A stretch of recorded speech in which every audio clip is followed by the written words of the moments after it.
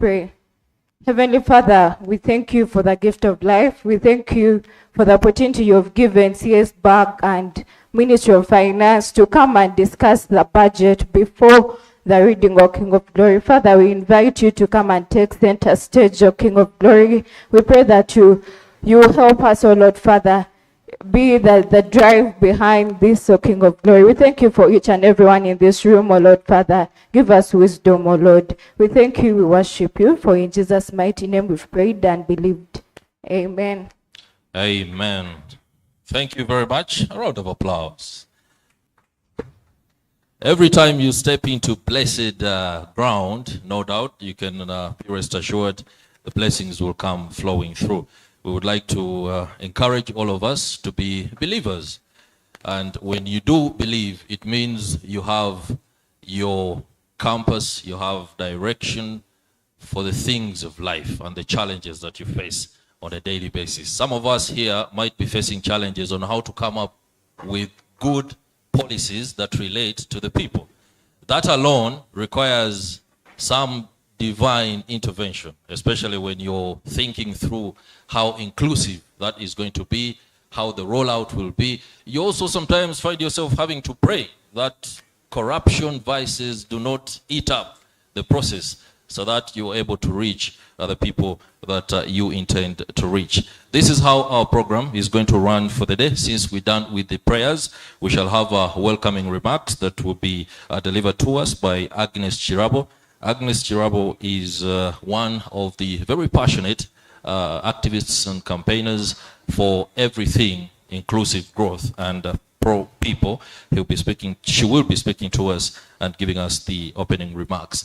We've also prepared a presentation on the study findings of SVAC financing in Uganda.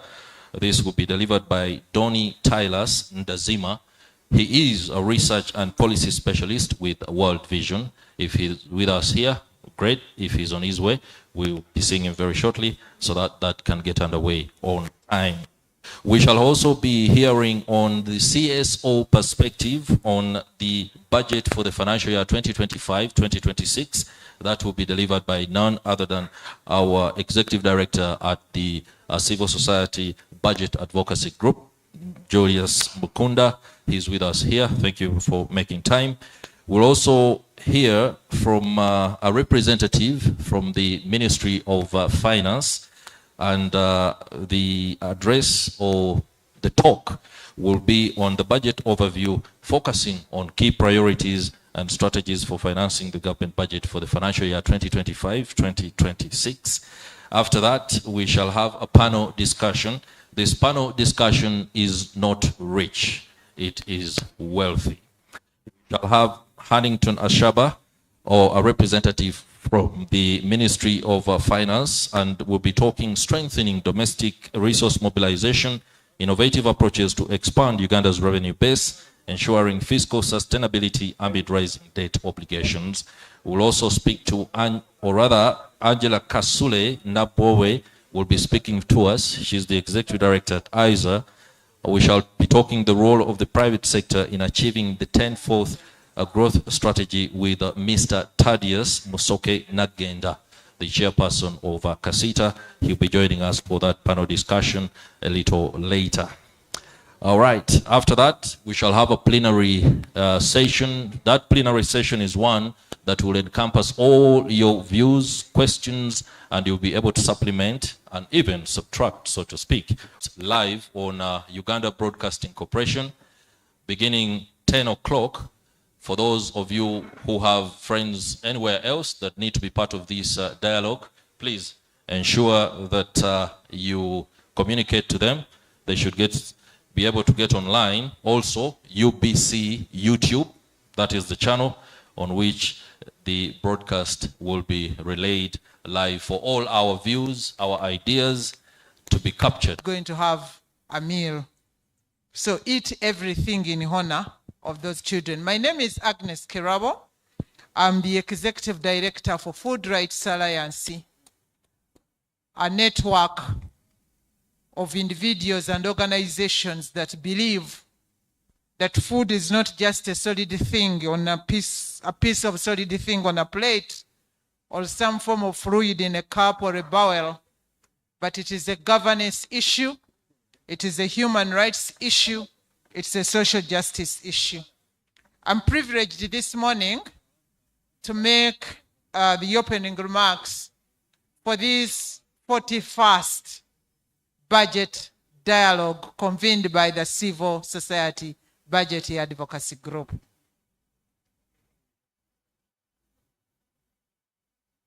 On behalf of Civil Society Budget Advocacy Group, the membership, the partners, the board of directors, the secretariat team, as led ably by my brother Julius, we take this great honor to convene the people in Uganda for their social liberty, to look at a critical decision that the government of Uganda is literally about to make. The national budget for the financial year 2025-2026. As you age in this work, you tend to think of where next. And before you think of death, I think the best thing you can think of is becoming a philosopher or a scholar.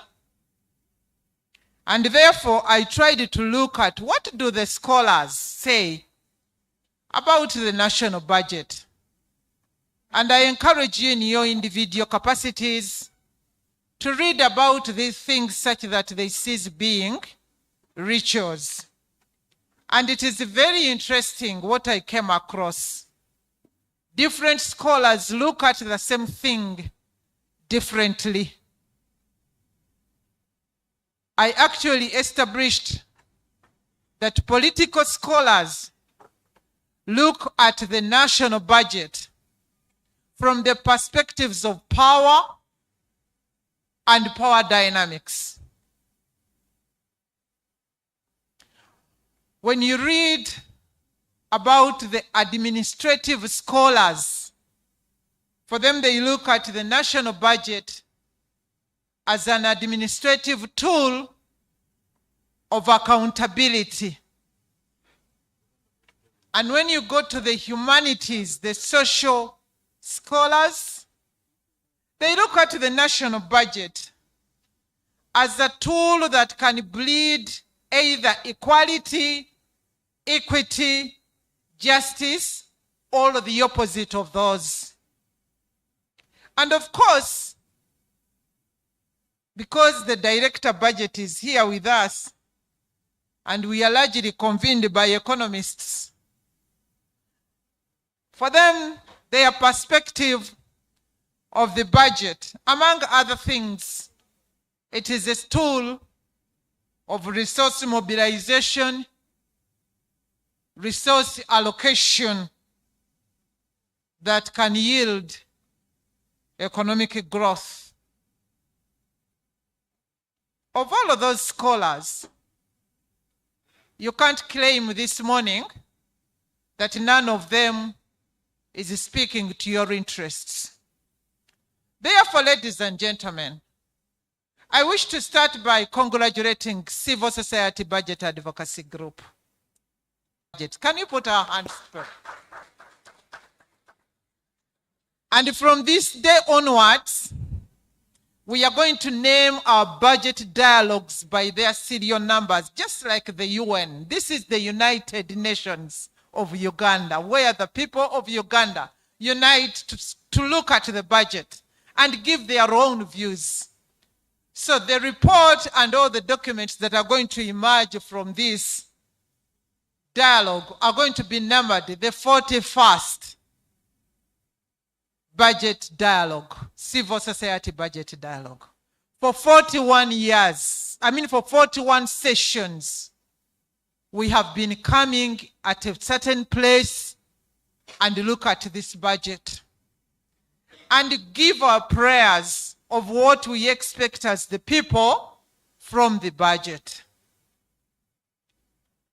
I therefore wish to convince myself this morning that to make this budget people-centered, people-focused, where a human face, then the budget should be able to do all the things that the scholars I have summarized look at that budget. If a budget comes, figures are mentioned in trillions, but at the end of the day, people are getting poorer, then the economists, the budget has not served your interests. If the budget comes and we look at it and deal with it for a whole financial year, but it breeds inequality, social injustices, then it has not talked to the expectations of the humanities. If actually this budget breeds power imbalances, some people become more powerful and others are becoming weaker, and then we are in a turmoil of power, then it has not spoken to the interests of the political scientists. And at the same time, if this budget does not provide proper accountability of resources and results, accountability is not about receipts and vouchers, it is also about results. So if it doesn't deliver us to give us the results that the people of Uganda desire to see, then it has not met the interests of the administrators. Therefore, this particular budget for the financial year 2025-2026 is even more critical because it gives us the step into implementing the National Development Plan 4. If we recall that by mid-term, the National Development Plan 3, we had only achieved 17% of what we had expected to receive or to achieve, and nobody is talking about how much had we invested. Then we need to do better when we get into the National Development Plan 4. This particular budget is standing at the peak of another political struggle. And as the people of Uganda, within our own interests, we must be keen and curious. How is this budget going to be administered? Is it going to be injected in power? Is it going to serve the interests of the political scientists? Where does that leave the economist and the economy? Where will that leave the people? And where will that leave the principles of accountability? This same budget is concluding a Chisanja, which is again within the boundaries of politics. It's a very critical budget. And the people of Uganda, including myself, we are very expectant because we have put across inspirations within the 18 programs of the National Development Plan 4. We want to see a growing industrialization that is inclusive. We want to see food security. We want to do nutrition to see nutrition for all. We want to see the people of Uganda humanly developed. We want to see change not only in the assessment within our education system, but we want to see quality education. The mothers out there do not wish to die while they are bringing life. We need to see better health. We need to see better trade. We need to see better tourism. We need to live in a better life. At a time when the only bold man in the world has been able to speak on behalf of others that we need to rethink, review, and reflect on all of the monies we have been sending to the poor by money but rich by resources. How best are we budgeting in that environment? Personally, I believe His Excellency Trump is only a mouthpiece. He's a messenger. Let us focus on the message, because that message is very critical as we are preparing our budget. If we are poor, let us budget as poor people. If we are resource rich, let our budget reflect that we are a resource rich budget and not a money rich budget, and such things.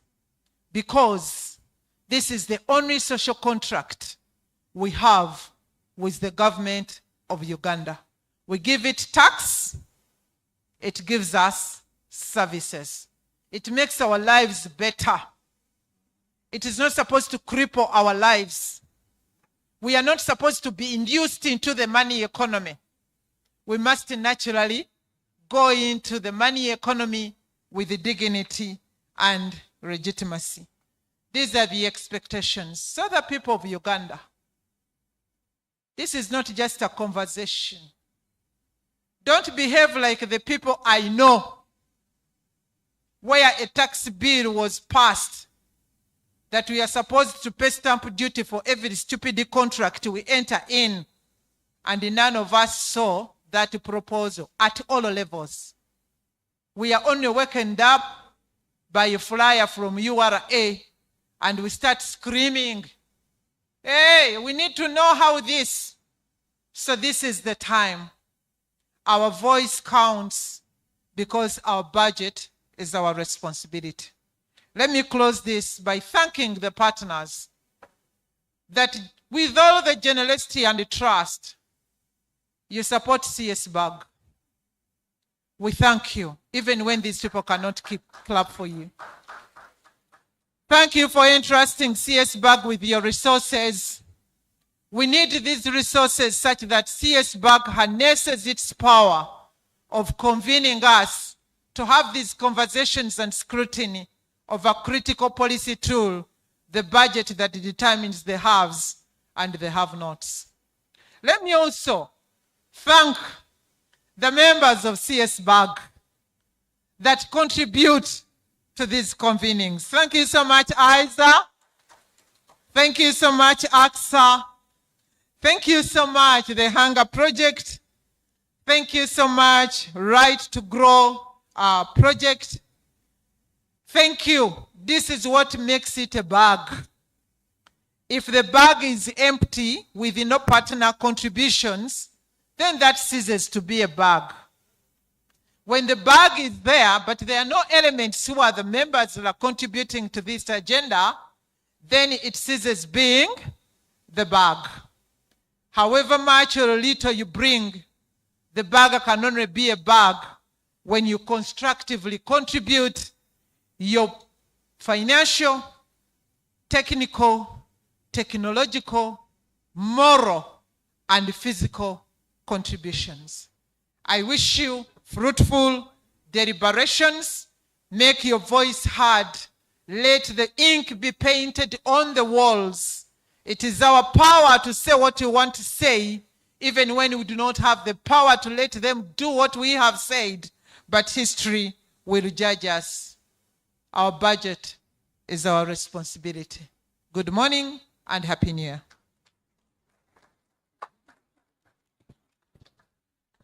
Thank you very much, Madam Agnes Chirabo, for that very passionate speech. You won't find anywhere a person as straight-faced when they tell you the truth as Agnes Chirabo. I think as a nation, truth tellers should be celebrated when we must celebrate them. So, another round of applause for the good lady over there. She spoke about very stark realities, especially with regard to the budget, and her inclusion of Mr. Donald Trump in this picture is one thing that we should not at any one time take lightly. That gentleman has so much power right now. he has so much will to do the things that he wants to do for his people. That alone is not a bad thing. Many of us would love leaders who speak up and come and tell any other person that threatens our interests. We would be emboldened by that. But in light of the stark realities as a country, his policies and some of the executive orders are the reasons as to why we are here. There are things that are going to change in terms of resource allocation on the budget. Sectors that need to be funded critically might miss out because somebody has valid reason to say these funds are no longer coming in from whichever funder who has the taps closed. And that is why the eyes must be open now and our voices must count. Round of applause for CS BAC for ensuring that our voices are heard. I hope we have with us Donnie Silas Ndezima. Donnie Silas Ndezima is a research and policy specialist at the World. He's going to be talking to us and taking us through the findings of a study on SVAC financing in Uganda. I would want to believe with all confidence that SVAC stands for sexual violence related aspects in there, and how financing to those issues or aspects comes through and how it affects all of us. As Mr. Donnie Silas prepares to come forth, let me make some announcements. For those of us that might be grappling with internet connectivity, go to the conference guest login on the Wi-Fi options on your phone. Ensure it is conference guest login. Don't log in anywhere else. You might find yourself in places that you don't want to be. And then use CSO, and then you will have Wi-Fi to your field and be able to. Or particular piece of information is the Citizens National Budget Perception. That one should be able to register your views and your perception, so to speak, in terms of what is going on. We shall be emboldened by your understanding of these matters when the final aspects are put together in our reportage. Thank you very much.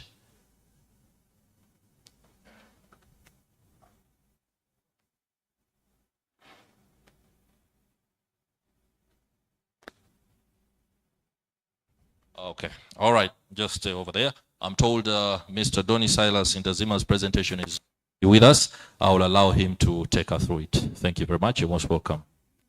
You've got a microphone. Oh. Thank you very much. And once again, good morning to everyone. My name is Donnie Silas Ndezima, the Advocacy Research and Policy Specialist. Very happy to join you this morning. Special greetings in regards to CS BAC for bringing us here, and all the partners working together with CS BAC for this budget cycle. We are very glad as World Vision to be part of this, and we are very excited. Greetings to Julius Mukunda, the Executive Director. Thank you so much, plus the Deputy Director. We are very happy and always excited to be part of this. So I'm here to share with you study findings of the benchmarking results on sexual violence against children. These are findings that speak to sexual violence against children in Uganda and what it means in terms of finances. How much do we need to invest to curb sexual violence against children, but also getting an insight of how much does sexual violence against children cost the Ugandan budget. So it is very important to note that this is really a global problem, not only in Uganda, but even other countries of the world experience sexual violence against children. And you realize that sexual violence against children, of course, it remains one of the critical challenges really affecting children, especially girls. You realize that according to the World Health Organization report in 2002, it reported violence against children, looking at emotional violence, looking at physical itself, but also looking at other forms of violence. And it found that it's really a critical problem. And this problem is mainly prevalent among adolescent girls, where you find that this is quite higher compared to boys at 24.7% compared to boys at 10.9%. And this is more serious when it gets to children who are affected by disabilities, those who have intellectual problems. They are prone to sexual violence. This is because of really their nature, because in case of a physical problem, it is very difficult for one really to identify violence, but also to respond or report episodes of violence. So perpetrators take advantage of that, and you find that they really subject children with disabilities to episodes of violence, because these children are not in position to detect, but also to report. And in some cases, the perpetrators tend to think that probably they don't know. You will find it very difficult to report. Even when you visit the health worker, it will be very difficult for you to report that violence. Who actually abused you? How does he look? It is very difficult for you to make a statement. So perpetrators take advantage of that. So in teenage girls, still, it leads to teenage pregnancy, and it contributed to 20% and also 30% of death. And it also leads to maternal death. And this is also reported here in Uganda. So we say that teenage pregnancy also accounts for 22.3% of school dropouts. And this is it's something very common in Uganda, that you always find young mothers, young teenage girls, ideally dropping out of school. And it is a problem. You could look at the UPE, where you find that the dropout rate is at 40%. For a cohort that really enrolls in primary one, you find that the survival rate is quite low. And we are always asking, where do our girls go? But these are some of the challenges where we lose out our girls, and we need to do something. So you find that the government has tried to do something. The government has come up with policies. We have a number of policies where the government has come up to address the problem. And in Article 34, Section 4 of the 19, we talk of the protection of children from social and economic exploitation. There are also other instruments where the government has come out, like the Children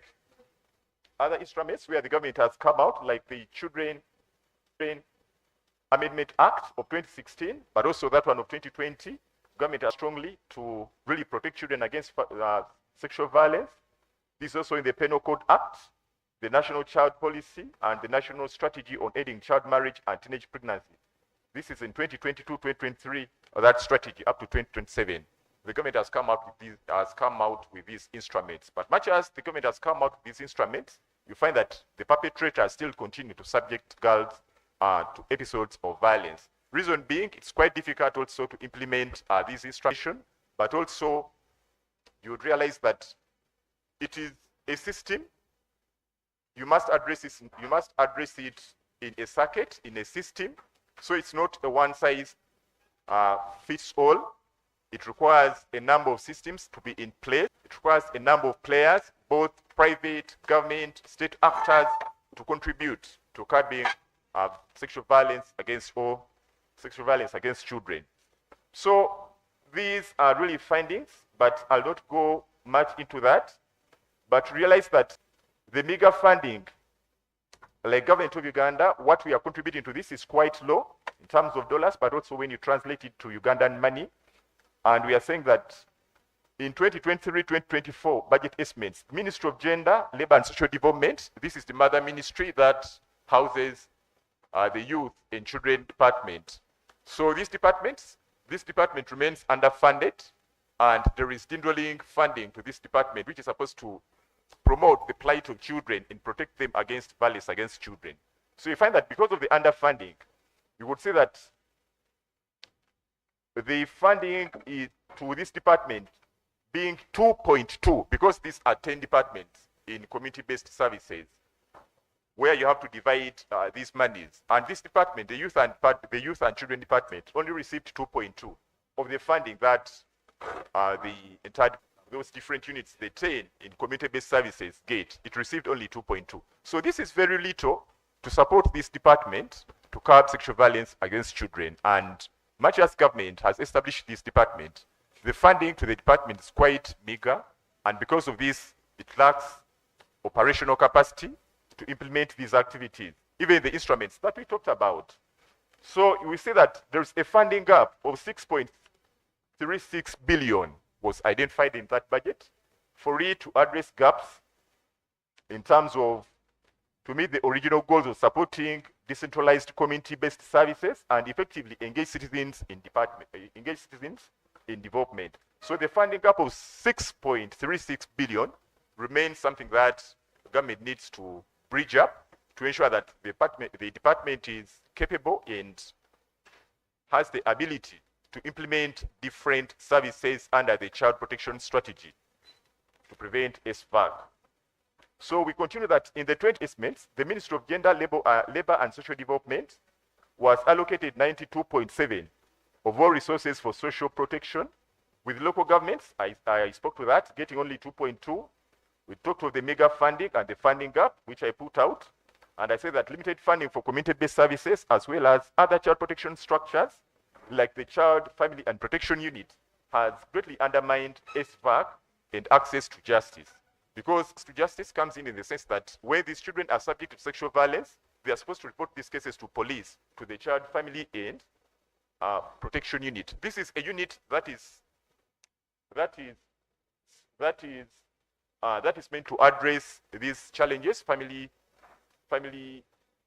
violence against children from families, from those perpetrators. There is a desk at the district, and you are supposed to report those cases to this unit. But this unit only sits at the district. You don't find it at the county. You don't find it at the parish. And this unit is also very underfunded to the extent that it doesn't have a separate budget. It's only run at the discretion of the IGP. So it's the IGP to determine how much to fund this unit, the Child, Family and Protection Unit. It doesn't have a separate budget, but it runs on the discretion of the IGP. Who is the IGP right now? I believe you know the IGP. So that IGP is the one to determine the resources that go to this unit at his discretion, without any formula, but at his discretion. But this unit is very, very important because it receives these cases.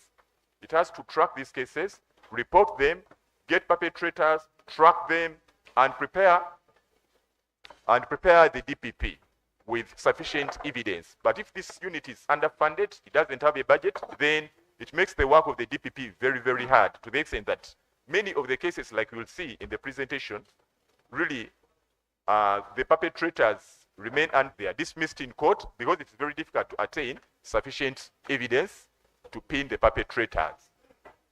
So I try to make a case for you, and I said that trends from the recent annual police crime reports indicate that very poor prosecution and conviction rates for cases of domestic violence, defilement, and rape.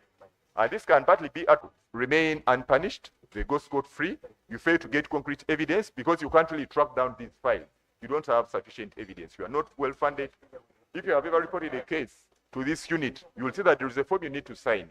But to support the unit to track these cases, it needs facilitation. You will ask for fuel. You tell that I don't have really fuel in my van. Some do not even have vehicles. They do not have motorcycles. So it is constrained. And you find that the reporters, the perpetrators, are really very far. They are in communities from the district. And some districts are really very big, to the extent that it is very difficult to track all those cases. So if this unit remains really underfunded, operating at the discretion of the IGP, it is a very big challenge to our girls, but also even as the parents. So that is the same case I'm making here. And I'm saying that the existence of the Child, Family and Protection Unit at the district, coupled with limited funding, undermines effective reporting and follow-up, because the unit is very far from you. At times you may say, okay, let me give up on this case, and probably agree with the perpetrator, because it's very difficult for you to report this case. Please, you can proceed.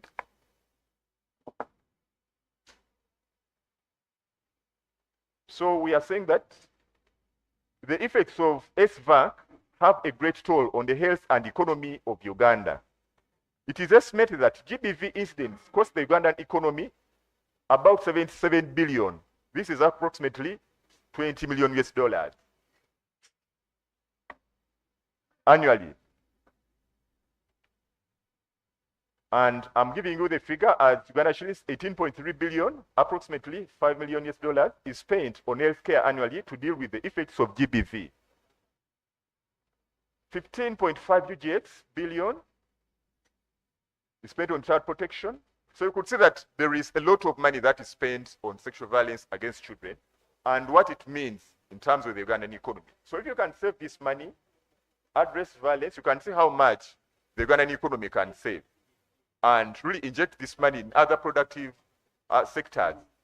And Mr. Julius, I'd request you to pick interest in this, that we address HVAC, we save all that money, then we invest in other ventures like in healthcare, in education, because there is an opportunity where we can really save money and invest in other productive things and other productive ventures. After all, we know the perpetrators.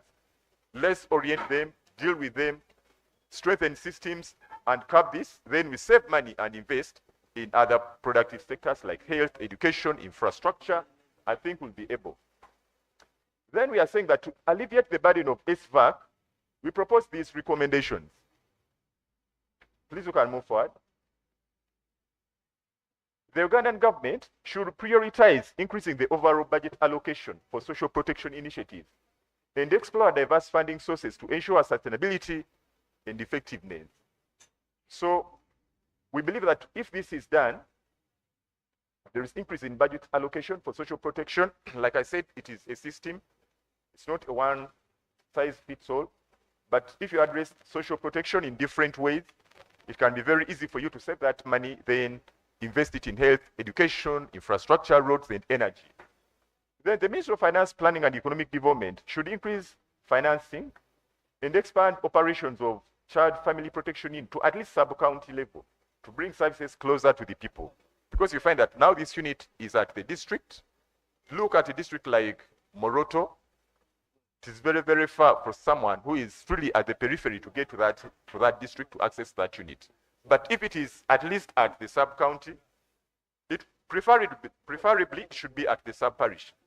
But this is quite difficult. So we preferred sub-county, key for prevention of SVAC and increase in access to justice among children.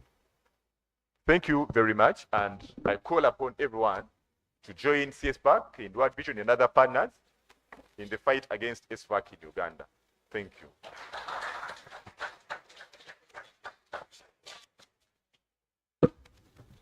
Thank you very much, Mr. Silas Ndazima from the Research and Policy, is a Research and Policy Specialist rather, from the World Vision. I've been paying attention to some of the stark realities that these findings do reveal, and you have to be very, very deliberate, intentional about the girl child at all levels. Daddy, mommy, sister, brother. When problems arise in reporting some of the cases or atrocities that occur to these young girls, then we have failed them as a people. And you can imagine the vulnerability, the innocence of a 6-7-year-old who is looking up to you and seeing the whole future and the world ahead of her. You are responsible for ensuring that it comes through, but in some way or the other, you know, you become, or you look as some of these things happen to them. I believe these findings are critical, and for all that is required to be done, these are matters that we should not at any one time not pay attention to. I'm passionate about that because I'm a father of girls. Okay, I hope you can understand. All right. I would love to, there's a lady, I need to pay special commendation to the efforts of some gentlemen and ladies who have made it from as far as Adjumani and some other far-flung areas across the country. Allow me and join me in equal measure in welcoming Mungu Moses, Deputy Planner for Zombo. Please, Mr. Mungu, wherever you are, please. Thank you very much. Mr. Fred Moini, Deputy Planner from Adjumani, please. Where are you? Thank you very much for making it. Boniface Opio, Deputy Planner from Nebi District. Thank you very much. Abdul Sahidi Ali, Deputy Planner from Yumbe. Thank you for making it. Kauta Abdallah Twaha, LC5 Namaingo. Thank you so much. Godfrey Maisha is the Deputy Planner, Madi Ok. Thank you very much. And Jacob Achidi, Deputy Planner from Arua District. There he is. Thank you very much. I like the fact that all our planners across the country are very youthful individuals. That is inspirational. It means for anybody out there, you do understand the challenges that the young persons grapple with on a daily basis. So in the process of planning, we hope that inclusivity is very critical and at the forefront. Okay. We also have with us Orizaruki, Executive Director, Women and Girl Child Development Association. Please, where are you? Yeah, thank you for making it. Of course, we've already heard from Executive Director Chirabo Agnes, Emmanuel Mutuna, Executive Director Yeta, Danida Partner from Terego, please, where are you? Thank you so much for making it. Claudia Apio, ED, Amacode Leader, for making it. Lucas Chelangat, Executive Director, SD Code from Captura. All right, thank you for making it. And last but not least, using many as we go on, Ofoiroth Ronald, Executive Director, not noted for the organization, but you are stationed in Nebi. Thank you very much for joining us. Another round of applause in totality for all these gentlemen and ladies. Like I said at the beginning, have you ever invited somebody and you are very, very anxious about them appearing and they don't? How you feel? Now that these ones have honored our invitation, we are emboldened. Thank you very much. Ladies and interest of time, allow me invite the Executive Director at Civil Society Budget Advocacy Group. He's none other than Julius Mukunda. He will be talking to us about the CSO perspective on the budget for the financial year.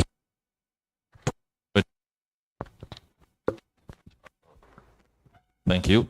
Would you love to use, usually you don't ask the ED such questions.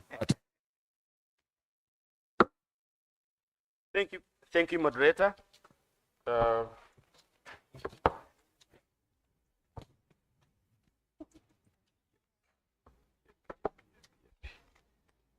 Good morning, everyone. You can hear me? Okay. Yes, I think it has come. Yes. First of all, very happy that we have all made it. Once again, we are here to put our voices on how our government raises money, but also how our government spends money. And that is very critical and very important. Because if we don't, then we are sort of providing a blank check on how these things are done. I'm happy that we have not failed to do this every year. Thank you, my friend, my colleague, Agnes said, that for almost 15 years, we have continued to ensure that we provide this particular platform. So I'm really very grateful that as CS BAG and our partners especially have continued without fail to ensure that our voice is always heard. So today I will take you through what we feel about the budget, what it is all about, and then as we leave, then we are able to ask our policy makers on what we want the budget to look like. And I think for me, this is very important and very crucial. The budget, of course, is made up of 1,000 pages, so you can imagine to reduce it to a few pages, it can be a bit problematic, but it will give us a snapshot on what we are looking out for. Before I start, let me thank our partners. These are not the only ones, but in a specific way, either AXA, World Vision, Oxfam, the Hunger Project, Right to Grow, Food Rights Alliance, Education Out Loud, BRAC, and Reproductive Health Uganda for the financial contributions they have made to make this event a successful. Please give them a clap. So why are we here? We are here because we want to provide a platform for ourselves, policymakers, private actors, to discuss the financing of 2025-2026 budget. You know, when you engage government so much, for them, they always look ahead. You haven't finished 2025, but they are in 2026. And that's how things are. But specifically is we want to look at the proposals for what government intends to do. We want to identify interventions for repurposing, discuss strategies to enhance domestic mobilization, but also explore approaches to improve efficiency and accountability. And that's, for example, and that's very, very important. And I want to start by probably providing accountability of the things we do. We've already engaged the process, the parliamentary process. We started with the local government budget consultative meetings last year in September, and I know a number of us attended these events in different regional areas. And we thank the Ministry of Finance for providing these platforms really that we can go and air our views. And we are seeing that in terms of the land, when issues around land, 2 of our issues were taken. Disaster preparedness, 2 of our issues were taken. In terms of WASH, 2 of our issues were adopted by government. Natural resources, only 1. Community mobilization and mindset, 4. Regional development, 1. Agro-industrialization, 4. Education, 4. Health, 4. To those of you who work in advocacy, you know what this means. That you can even have 1. Because if you go in a committee, if you go on a wrong day, like when Parliament is in the media, know very well they are not even listening to you, even when you can access that platform. But we are glad that these platforms are there. That we are glad that these issues are that people can listen to us. And today, I also thank our planners because we really disturb them a lot. They have little money, but if you can see how many demands we make to them, they are insurmountable. Thank you so much for your support, but also for listening to us. So how is our economy performing? These are not my own numbers. These are numbers from government.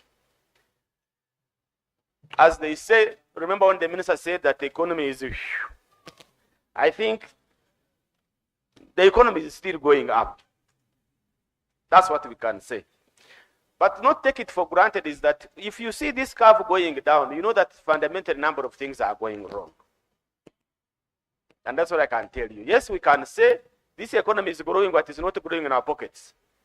But the moment that graph tends to go down, then you would see how many things are going to go wrong. But we are glad that this curve is still going up and that government is really interested in ensuring that this curve goes up. If you look at poverty rates across the country, then you realize that poverty is reducing, but not as the way this economy is growing. And I think that's where we begin to ask ourselves, who is benefiting from this growth? Is it all of us or a few of us? Because poverty is still very stubborn. It doesn't want to grow, despite the opportunities that are being put there and all the rest. And you can see regions that are really very, very, very high. in terms of poverty. And I think I can see Cso region is in terms of poverty at 72%, which is really very high. So it is something that we want to ask ourselves whether by growing in terms of the economy, whether this economy is trickling down to the rest of the population. This economy is also growing, but who is actually contributing to this economy? I think that's also very important for us to understand. Who is contributing more to this economy? And it's going to answer the question of why the poverty is very stubborn to go away, yet the economy is growing. And we are seeing that the service sector is the one that is contributing to this economy more than anything else. Agriculture is competing with industries. If you look at those graphs, and now you ask yourself, how many of your sisters and brothers and aunties are working in the banks and the telecoms? That's when you begin to realize that probably the way this economy is growing, there are a few people who are benefiting from it. And this takes you to this now, to the argument we are raising, that who employs more people? We are seeing that agriculture is employing more people than anybody else. But then, it is the service sector that is contributing more to the economy than the rest. So something we need to look out for. Now, there is also the argument that as you grow, less people should be in the agricultural sector. That's another argument. That you have less people in the agricultural sector as you grow, so that they can go to other sectors. And I think this is what is happening, because if you look at these numbers, you can see that employment in the agricultural sector is actually reducing, and yet in the trade it is actually increasing. So there is that shift that is taking place, but we want to see really that this growth is equitably distributed. The other element I think we need to look out for is about inflation. And inflation is, these are numbers sometimes also take for granted, but I don't know if you recall when inflation had gone to 15 and 20, and all of us were almost going to the street. Why? Because when it goes so high, then the cost of living increases, because the prices increase. For those who are eating matoke or eggs or sorot, whatever it is, the prices really increase. And we are happy that it has really been subdued below the 5% benchmark, and which is okay. The argument we are making here is that who actually contributes to this inflation? It is usually the food. But the government uses another tool to control inflation, and we are saying this tool is going to give us problems. And that is the central bank rate, because they believe that as you increase it, it will control inflation. But we believe that, of course, when you increase it, you increase the interest rates in the banks. But we believe that even without increasing it, if you deal with food production, if in Nebi Madiokoro we really increase food, we support to increase food production, we would beat inflation without distorting our economy. Because once you increase the CBR, the central bank rate, you are increasing interest rates, businesses begin to suffer. I'm glad my friend from Kasita is here. Business begin to suffer. Then you have non-performance loans. People's properties are taken. But if we can invest in producing enough food, I can tell you, we'll be able to run away from inflation. Because increasing food production and productivity means that you have more money in the farmers' pockets, people have enough food to eat, and of course you are controlling inflation, and that's a double win. So who is getting more credit in the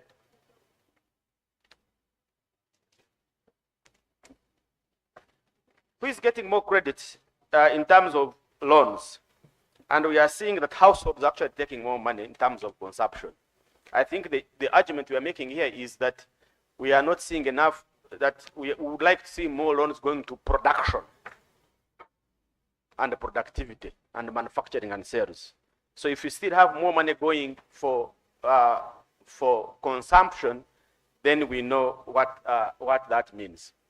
In terms of non-performing loans, we are seeing that Ugandan businesses are doing better because we are seeing other countries are not doing well, and I think Rwanda is the one that is doing better than Uganda at 5%.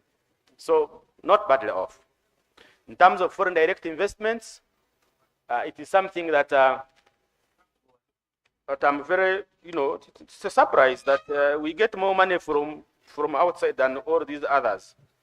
And as you can see in Uganda, in terms of foreign direct investments, we are getting more resources in terms of, 2.9 billion in 2023. And probably want to ask ourselves, why are we attracting more investments than the others? Or this money is the money that we are generating from our boys and girls, sisters and aunties that are working in Saudi Arabia? Because that one is also very, very important. In terms of trade, I think what we are seeing now is that we've not done enough to reduce our trade balance, the difference between what we export and what we import. If you want to be in a better position, you should be exporting more and importing less. That means that your reserves really would be very big, and you have the capacity to absorb any shock that you are likely to get. So that's an area we are seeing it is widening, over time, and we believe that this is something that we need to address. And it goes back to the point I made. If we are, this is something I've talked more often, that what is it that we import? What is it that we export? And I think for me, this gives us an idea. Our biggest export is gold. It's gold. Why is it not beans? Why is it not rice? Why is it not cassava? Because, Florence here from Mukabale, we would have loved to see potatoes really being our biggest export, because the main thing is emondi in Kabale, really. You would want to see more production of emondi going abroad. But it is gold. And I think that's where the formula begins to get distorted. Because our comparative advantage really is in terms of agriculture. Because if we are able to add value and export, I think we would be in a better position. So, but then what do we import? Once again, animal and animal products. Vegetable products, fats and oils, cooking oil and the rest. We also import drinks, beverages and tobacco.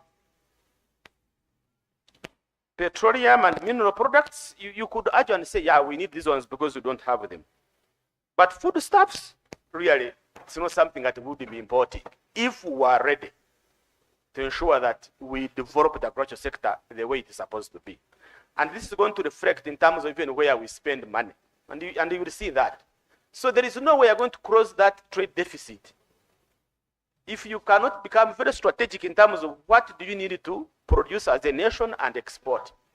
Because if we are the biggest, if gold is our biggest exporter, colleagues, I don't know if we have mines in Uganda that do this.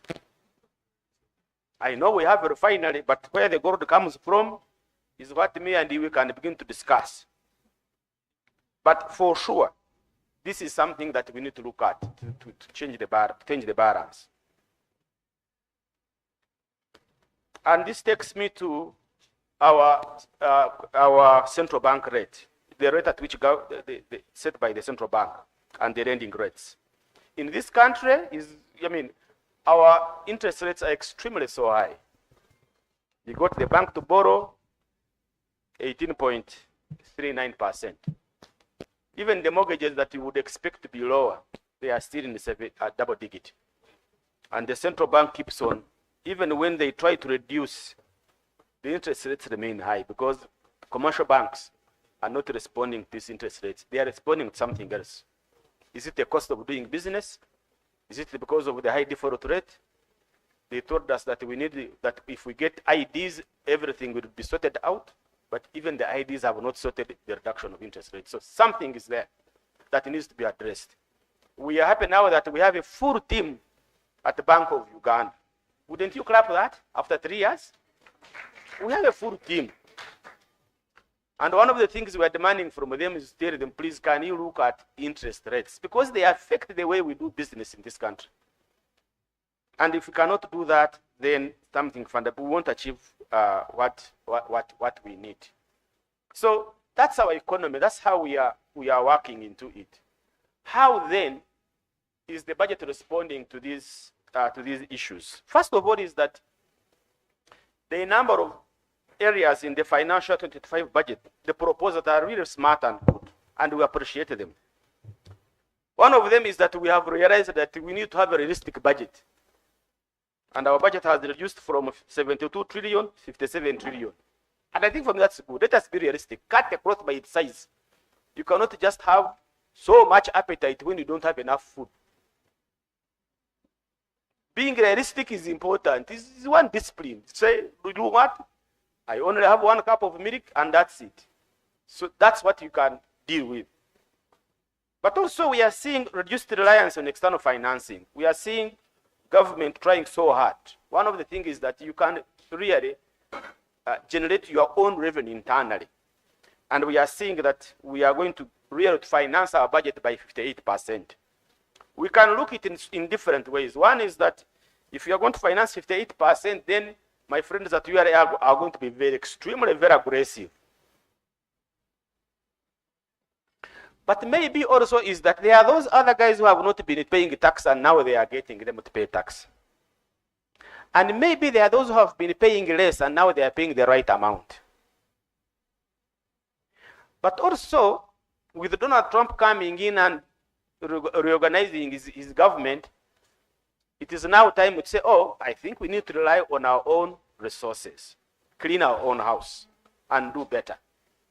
And I think this, for me, is very important, that we have reached that particular age and of really realizing that we need to address some of these areas. The other important area that we really appreciate is reduced domestic borrowing. And this is something that we've been talking about. We are seeing that domestic borrowing is projected to reduce to 4 trillion from 8. And what does this mean? You are sending a signal to commercial banks that the big boy on the street is no longer interested in your money here. He's going to go somewhere else. And therefore, our colleagues in the business sector, the question of demand and supply is that now the person who has been taking most of the money is no longer interested. So you are likely to have interest rates reduce. We call it crowding out effect, where most of the money is given to the government and less remains for the private sector. Just imagine you are a medium and small enterprise company, you want a loan from the bank. And your government is also standing there, they want the same money from the same bank. You don't have an address. Your IDs, the ID you have has got like 3 other names. The land title you want to give, it has a duplicate somewhere else. Your telephone number that you have is in another name. Whom will the bank recognize at that particular moment? Who is not a flight risk, if I can say? The government. So they will give government at a lower rate because the chances of them running away is not there. And you whom they think you are likely to drive off and catch the next plane on a one-way ticket, they will say that the interest rate is 30%. So that in the first 3-4 months, they have already recovered what they gave you. They don't want to lose. So we are really, really very appreciative of this particular move. We will welcome our colleague from Ministry of Finance, please. If you can give him a seat. So that is very important, and I think for me it's really good that we begin to look at these particular issues. The other, I think, reform we are seeing is the maintenance of the freeze on the purchase of new vehicles, except for ambulances, security approach extension service, and others. I mean, you know, we have been on these particular issues. Implementation of RAPEX, rationalizations, colleagues. We have issues with it. The principle is okay, although the implementation went wrong. Because I am still demanding that the number one culprit still remained on the street. Because the whole idea was that if you are duplicating services, you should actually be merged into one and deliver better services. But as of now, the Public Service Commission is still in place. The Education Service Commission is still in place. The Health Service Commission is still in place. And you can have all those other commissions that are in charge of recruiting Ugandans to deliver services. They are all those commissions are still on. They didn't go. Why did they not go? It is a debate me and you we can have. Did they have the big boys and girls on their boards and then they were able to negotiate better? So those are questions we can begin to look at. But the idea is good and we look forward that this could be done. But we also wanted that rationalization should not be for only agencies, but also within government. How many of us can mention how many ministers we have in the Prime Minister's office? I can't count the number. Or in the Ministry of Gender. Or even in my ministry I engage so frequently, my Ministry of Finance.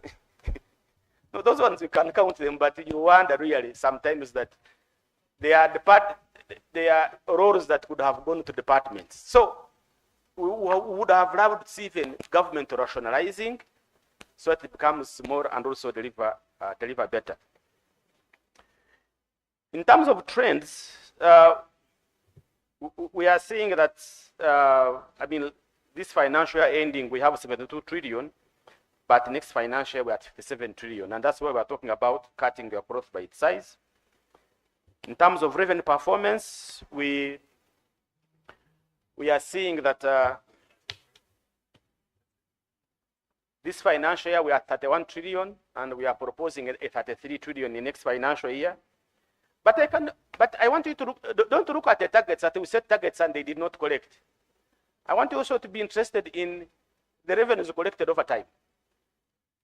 From 1631, and these guys have been collecting more money than the previous years, even during COVID. I think there's strong mobilization efforts. That even during COVID, these guys were able to collect more than the previous year. Yet we expect actually that by then, people cannot collect enough resources. So in terms of mobilization, I think we are doing very well, even though we know that the potential to collect more is still there. The resource envelope is telling us that, I mean, like I said, 58.6% of our budget is on, we are collecting it to domestic revenue. And as you can see, is that domestic borrowing is reducing. Debt rollover has also reduced. External financing and budget support to come to 57 trillion. That's where the money is coming from, ladies and gentlemen. In terms of program allocations, we are seeing development plan implementation taking the biggest share with the budget. This is where debt money is, treasury operations. And that's why it is taking the huge budget.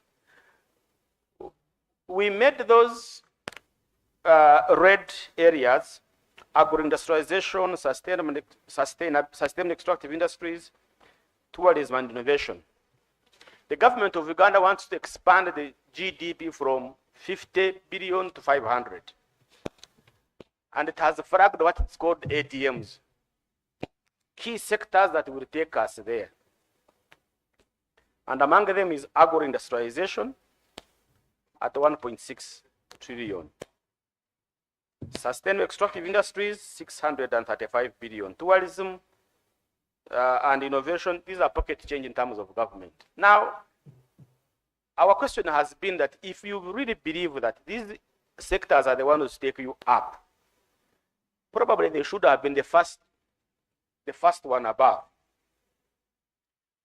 But even all of them, I don't think they can come up to 5% of the entire national budget. So again, between me and you, this is a debate we need to urge, to say, are we going to achieve a 500 billion economy when we are budgeting in this particular way? That's a debate we can have. My friends at local government level,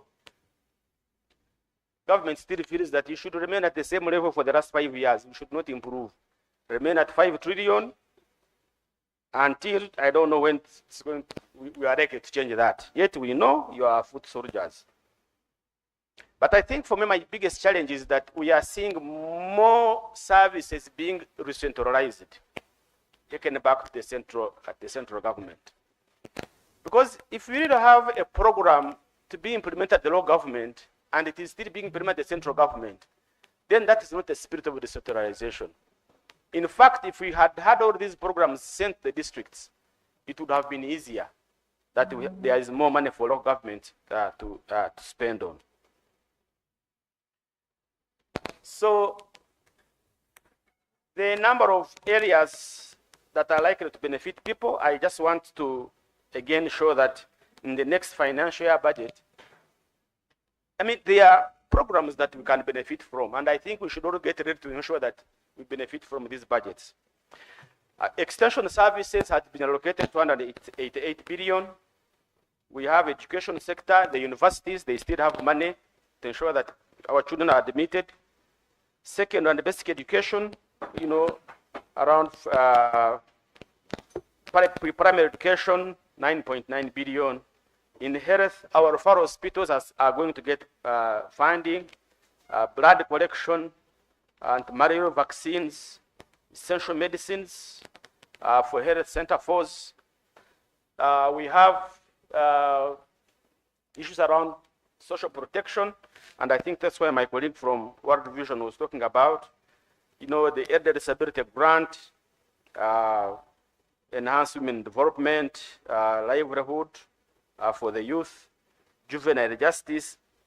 There are really some very, very good programs in the budget that we can all take advantage of. We have resources for transport and infrastructure. Dhaka, the district urban and communities, 181 billion. Uganda Road Fund. I thought this thing we had rationalized. I don't know why it is still here. But also electricity connection are among the areas that we feel are very important and crucial.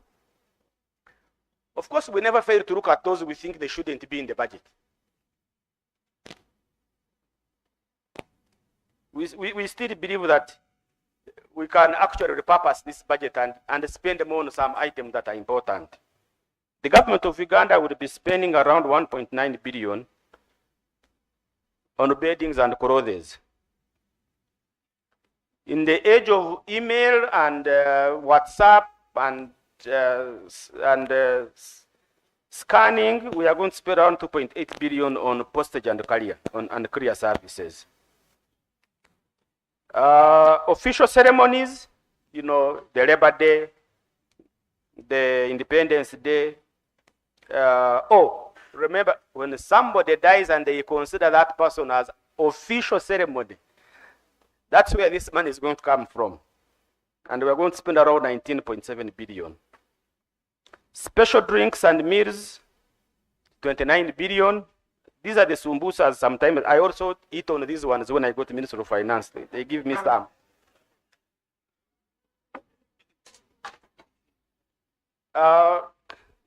But maybe it is okay when you have a guest to you know, please provide some something to eat. But I think the question is not the activity, but I think for me it is the money. It's really too huge, considering the challenges that we face as a country. We have medical expenses for employees around 103 billion. And the argument here we are looking at was, this money is why we have poor medical services in this country. If today you say that all civil servants should access public health services, all these hospitals would improve. I can tell you. If today you tell that all civil servants should access public services, all these hospital services would improve. Because now they know that this money is not there to go to India, to go to Nairobi, to go anywhere else. Because this is where this money goes.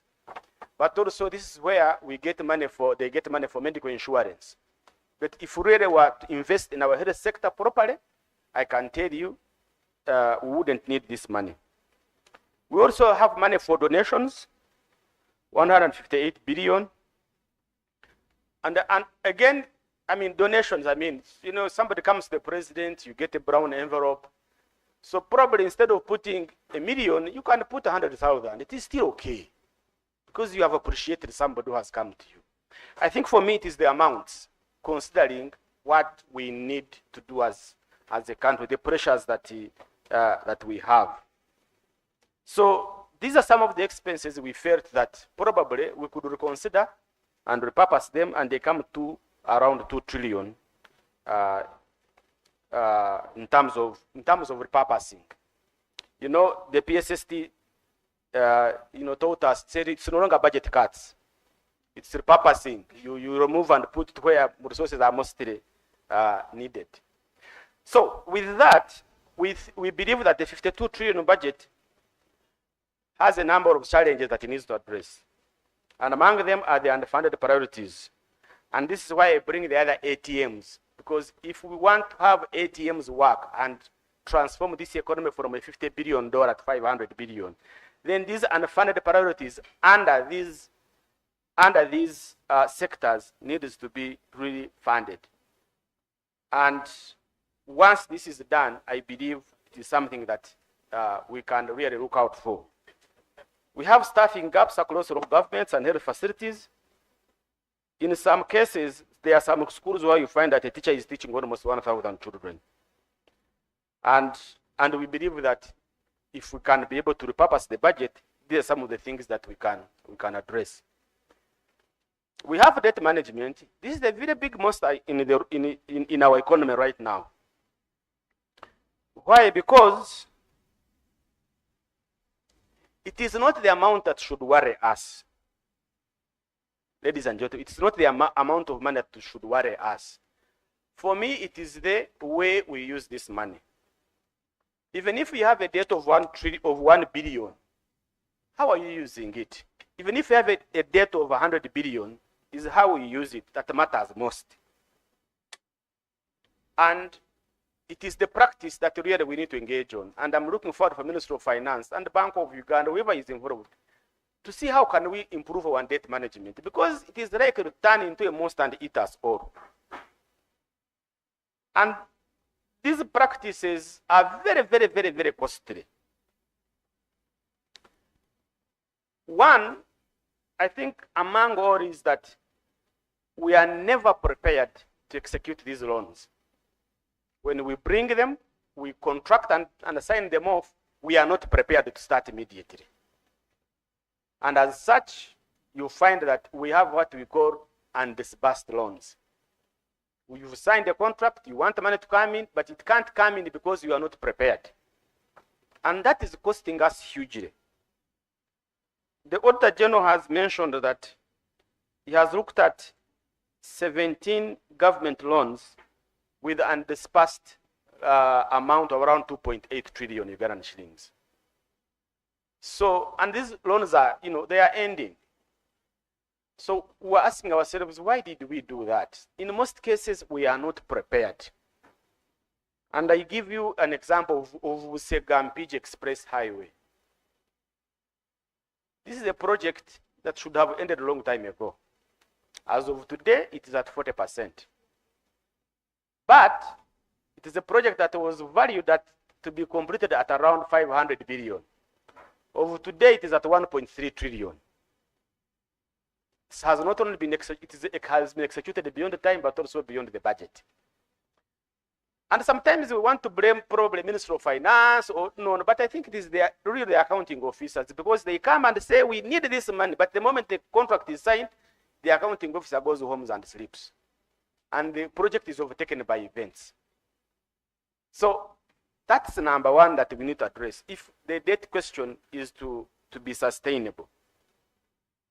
I think the other important element is on our preparedness. We are finding that there are some projects, you start a project, but it has not gone through the real approval process.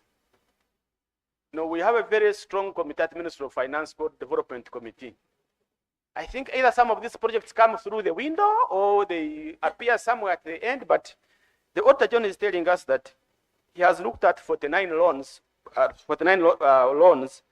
and 15 of those loan projects did not have feasibility studies. A feasibility study is you assess whether the project is going to be successful or not. But you start it not knowing that. And that's why we have projects that get stuck along the way. I know, and you remember we had a famous Unora tree. I hope you remember that one. Where they were having a road and then they reached at a tree and the tree could not be removed because the value of the tree was supposed to be calculated in terms of the spiritual value, but not the timber. And the spiritual value had reached around 500 million. I mean, we are glad that the magistrate really,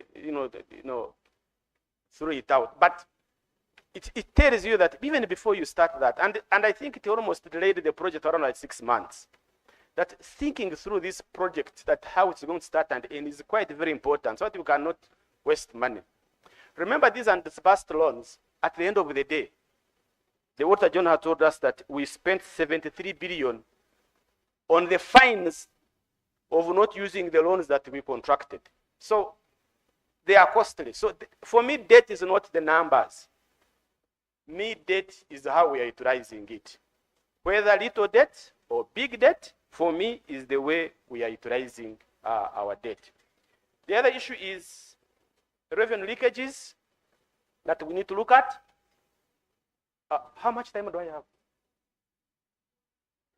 Very little time. Okay. Revenue leakages. We can actually expand our revenue base if we really address these particular leakages. We have issues around uncollected taxes from gold. We have issues around mineral rental fees that were not collected, misclassification of animal concentrates if we are paying at the border. So these are some of the things we think that if we can address, we can be able to expand our taxation base. Domestic areas, this is something that I think for me it's around accounting officers being very more responsible in terms of acquiring domestic areas. You don't contract the government if you don't have money, but we seem to see domestic areas increasing. And we are saying we are looking at it's around 13 trillion right now. And we think that if government is to budget at 200 billion that it has been doing for the last 3 years, it might take us more than 50 years for us to pay all these domestic areas. And by the way, sometimes we thought probably government is deliberate, because the lifespan of companies, around 75% of companies in this country, they survive up to 10 years only. So if you are going to pay them after 55 years, probably some of them would have died. Absorption capacity. We need to improve on absorption capacity, because even when we have the money, we cannot spend all of it. And we can see that in the last financial year, we never spent around 2.9 trillion. And I think for me, this is very critical and very important. We need to align our national budget framework paper to the national budget to the national development plan, and we have some numbers there for you. We plan, but then we budget differently. We have not reached that particular level. I think for me that's very critical. Supplementary budgets are, really a very big issue. One of them is that what we have realized is that we have a supplementary budget, but at the end of the day, we don't spend all of it. So in the middle, you ask yourself, why did we have a supplementary budget? But also is that you want a supplementary budget for things that are unavoidable, things that are unpredictable, but pension really is predictable. You know that you're supposed to have pension. Risky ventures, we want the government to invest, but don't invest in risky ventures.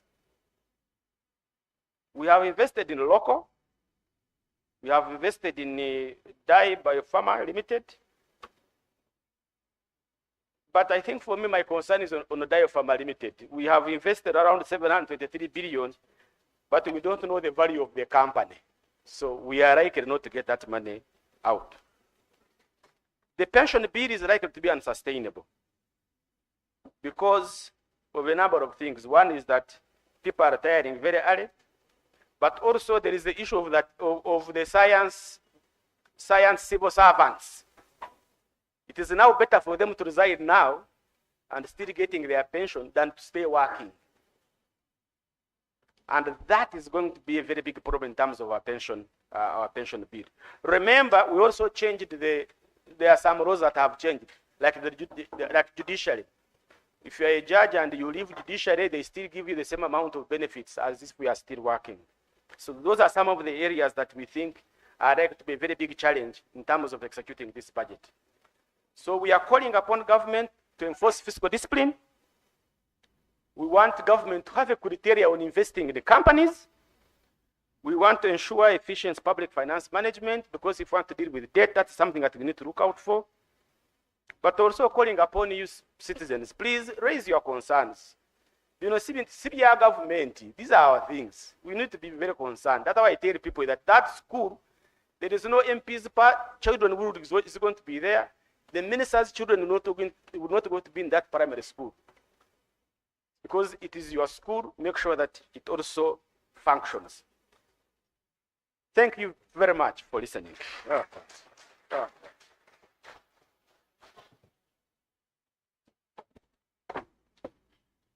Thank you very much, Julius Mukunda, Executive Director at the Civil Society Budget Advocacy Group, for an eye-opener of a presentation.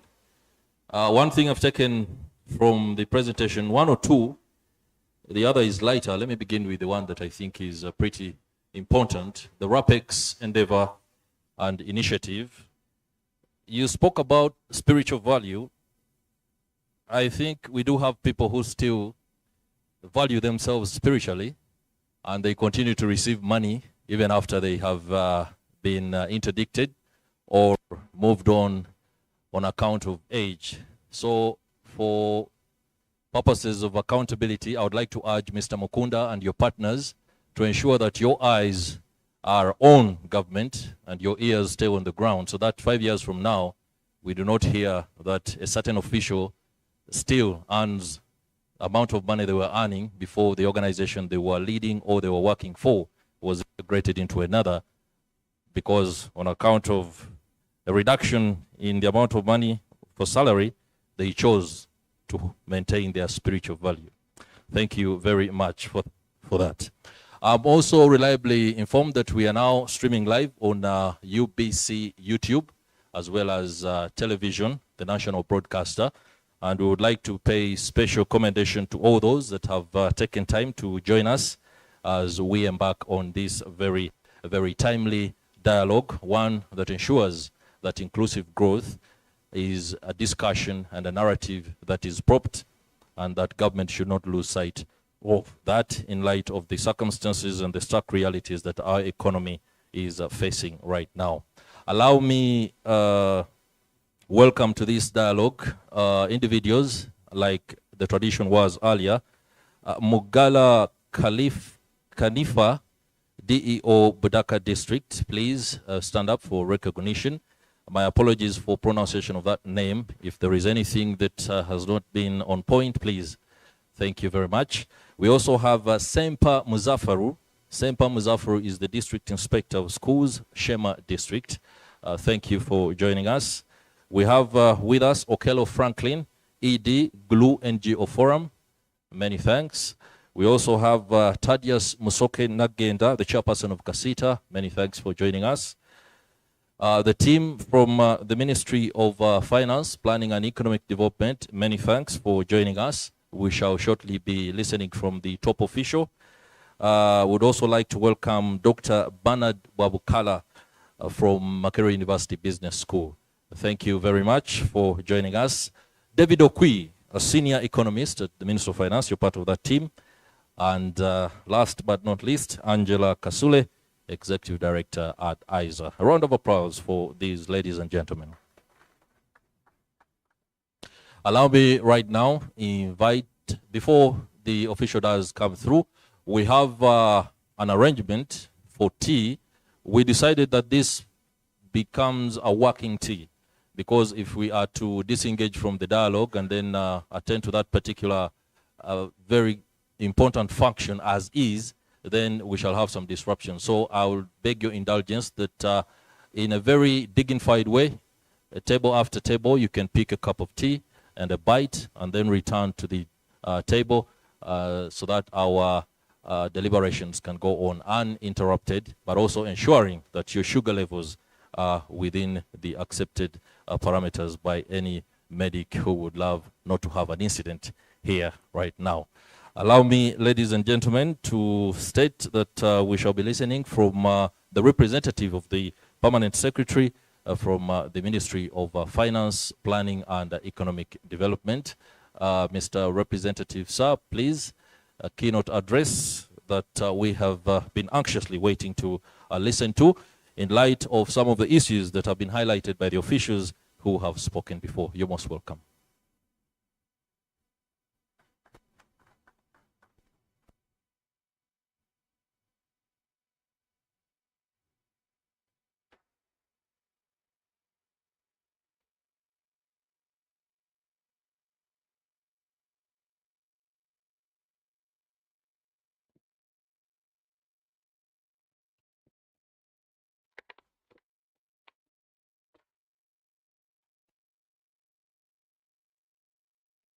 Our dear guests present, representatives of the various partners, organizations, civil society actors, brought together by the umbrella of CSBAG, distinguished guests, participants, ladies and gentlemen, I greet you all and bring you warm regards from the Ministry of Finance, Planning and Economic Development.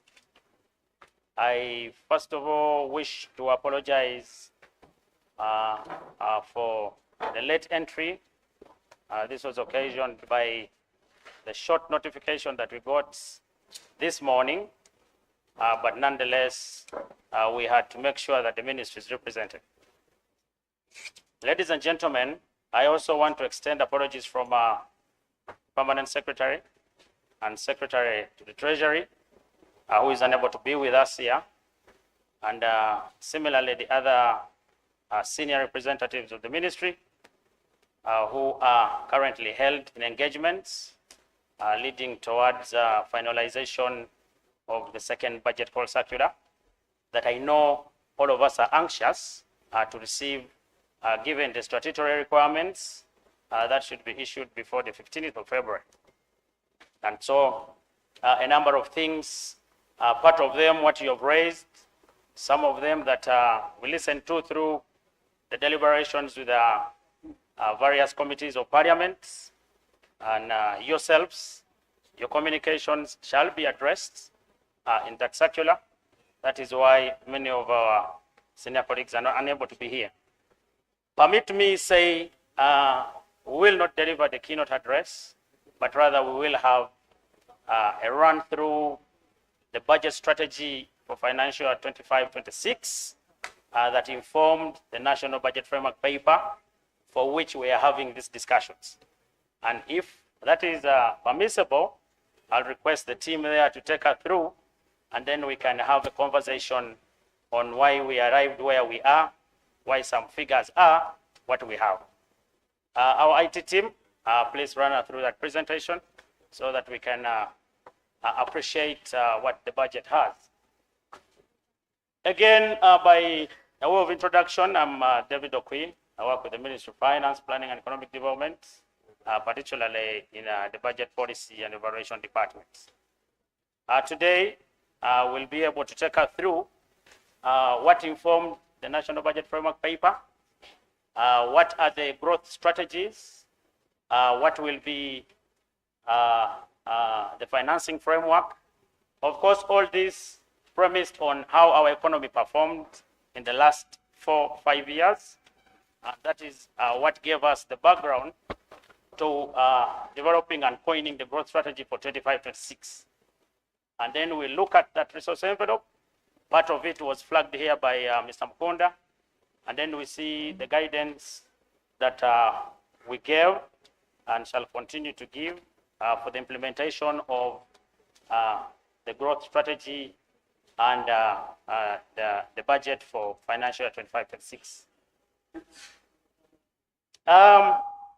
All of us are aware that the preparation of the budget is guided by constitutional legal requirements, particularly Articles 155, 1 and 2, and then sections 13, 1 and 2 of the PFM Act. We are aware that the CAP, CAP 171, requires that the minister, on behalf of HE, the president, who is the Minister of Finance, prepares a budget for the subsequent year. And in that budget, he should be able to outline the budget strategy. And in that budget strategy, should give the context of the economy within which he's preparing that budget strategy, should be able to give the key drivers and priorities for the subsequent financial year, and above all, give guidance on how the budget will be financed. So the context of this budget is still within the theme of full monetization of Uganda's economy through commercial agriculture, industrialization, expanding and broadening services, digital transformation, and market access. If you're very keen, you'll notice that this theme has been persistent for the last 2, 3, 5 financial years. The reason is you can't have a new theme every financial year, because then you'll be having a moving target. For you to achieve some of the growth aspects and strategies and prioritization that you have in the NDP4 require that you be consistent, you schedule your interventions, and of course implement the agenda that you set out in the first year. So similarly, this budget for 25-26 has the same theme with which it will be delivered. Ladies and gentlemen, let me walk with you the current context of the budget so that we appreciate where we are. By the time the National Budget Framework Paper was presented to Parliament as required by the law in December 31st, this was the context that we had. One, you noted that the growth that was recorded was at 6.6, which was up from an average of 4.1 the previous years. You will also notice that during the COVID era, we had our economic growth had declined from about 6% to less than 4%. So that is the average for the last 3 financial years. In nominal terms, in terms of the size of the GDP, in monetary terms, then it was at 48, and then by 2023-24, it had risen to 53.2. So when we are talking about the tenfold growth strategy, we'll be moving our economy from 53.2 to 500 billion in the next 15 years. Quite ambitious, but 15 years is 2040. So that if we were to implement the vision 2040, we must cease to grow the way we've been growing. We must cease to do things the way we are doing them currently. We must change the practices, and we must discover new sources of growth. of which the economy fully has and provides for those sources. Ladies and gentlemen, I'll take you through the inflation. By the time the framework for the national budget framework was submitted, inflation was at about 3%, declining from 5, declining from an average of 4. Remember, we have our policy target in terms of inflation that we should be way between 5 and below. When we go above, if all of you recall, there was a time when we had hit about 7, 8, and even double digits. That was very disastrous to our economy. It affected us enormously. And so by the time we were laying the budget framework paper, inflation was below 5%. So this was a plus in terms of the context. In terms of the exchange rates, you notice that by September, we had appreciated, the Ugandan shilling had appreciated by about 0.33%, averaging at about 3.7. Today, of course, that rate has changed, and that is why you'll see in the circular that the PSST will issue by end of day tomorrow, this rate will have changed. But remember, the discussions we're having are based on the national budget framework paper as laid to Parliament by 31st. So this was the context. In terms of the trade balance, as of August, merchandise, we had a deficit, but this deficit had narrowed. You can notice that by 2023, same year before, last year's, we at about 342, which had declined to 314. The target is to have as a minimal trade deficit as possible, but within operable mechanisms of the economy. So our exports, you notice that the bill had improved, though with a little proportion. That's why you see our import bill was still larger than our export bill. Later on, as we shall have a conversation on the Telford growth strategy, you'll notice that even the volume of our exports has been diversified. The amount of export earnings has equally grown. And so you'll see that in terms of recovery, the economy is recovering and gaining back its momentum pre-COVID. Of course, in terms of export volumes, coffee still remains predominant. But you'll note that in 1994, coffee was about 77% export volume. Today, as we speak, it's at about 14 to 15% export volume. That means the value that coffee contributes within our exports are similarly declined. And we'll know later on the kind of new exports that we've since added on the basket. And that is why it is important that government shifted its approach from the pre-NDP 3 sources of financing, but also growth, to the new sources and sectors that are capable of generating the growth that we require. When we look at remittances, by 23-24, we had about 1.2. As we speak now, the value has increased to about 1.5, but since we are discussing pre-NDP, rather pre-BFP of December, we had about 1.3. So you notice that there was a slight decline because of COVID, but these have since started to gain momentum over time.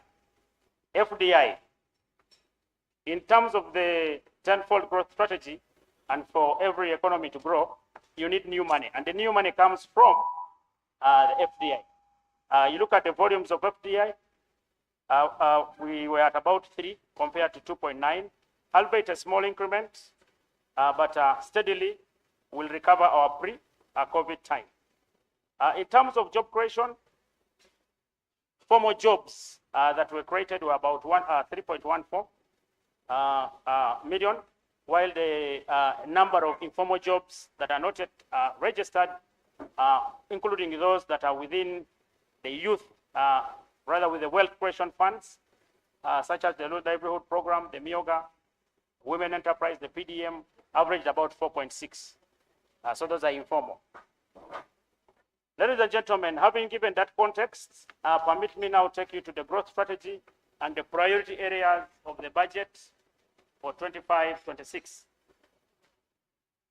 One, the difference between this budget and the previous budget is one, that 25-26 will be the first year of implementation of the National Development Plan 4, NDP 4, which is a precursor, a successor of the NDP 3 that comes to a close by June. Then also this year is one of the first years that will be implementing the 10-fold growth strategies. Full implementation of the 10-fold growth strategy, and which strategy is aimed at ensuring that we put priority on our ATMs. And these ATMs here are called accelerator actions in the agro-industrialization. You have tourism development, mineral-based industrial development, science, technology, innovation, including ICT and creative arts. So what are these? We are saying that the ATMs are supposed to deliver full monetization of the economy. And how do we monetize our economy? By ensuring that we have all wealth creation funds implemented.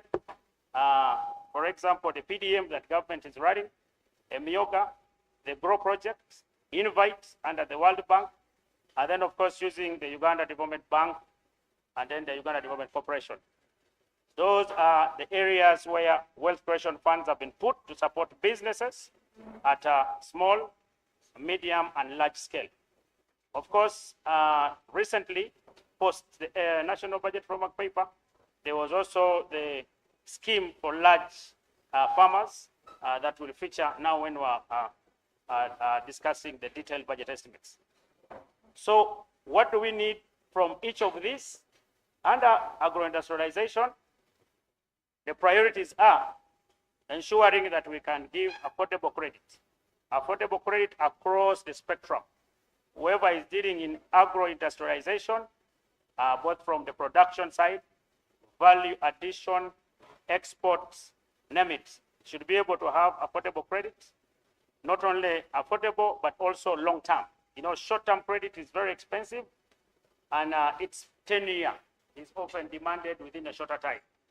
So you need to ensure that if you're giving a farmer, you don't give him credit for 1 or 2 years. Remember, there is a gestation period for the farmer. Then there is a period for the harvesting, post-harvest handling, value addition, export, warehousing before you do the export.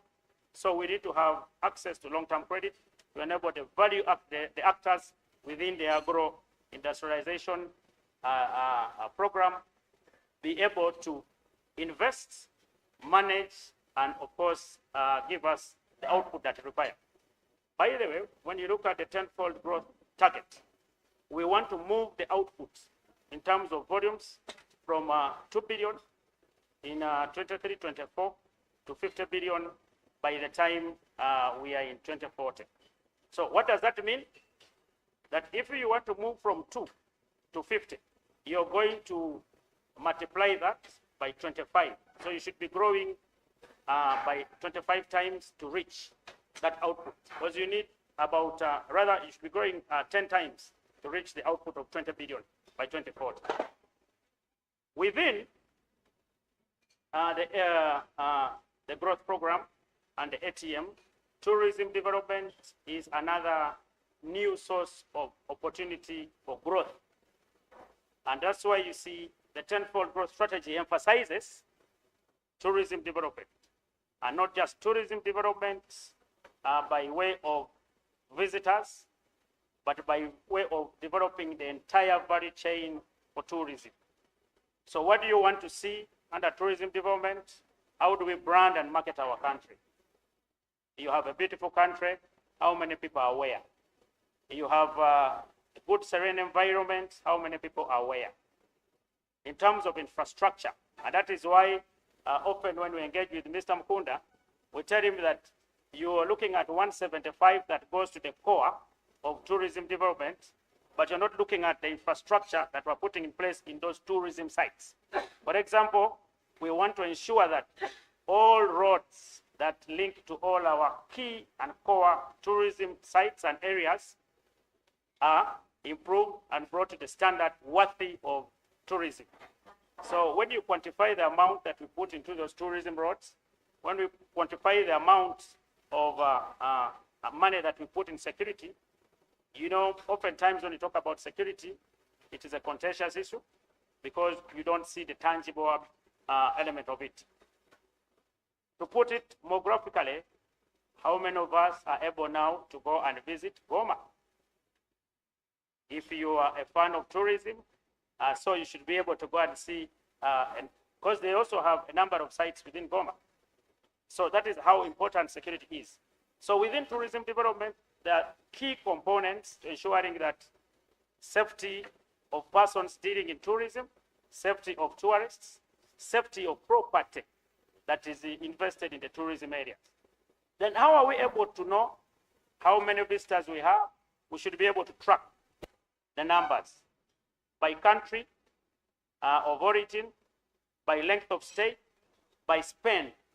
In the tenfold growth strategy, we want to multiply the spend, how much each visitor spends in the country, by more than 5 times in every 5 years. So that if a visitor comes, first you make sure that their stay is longer.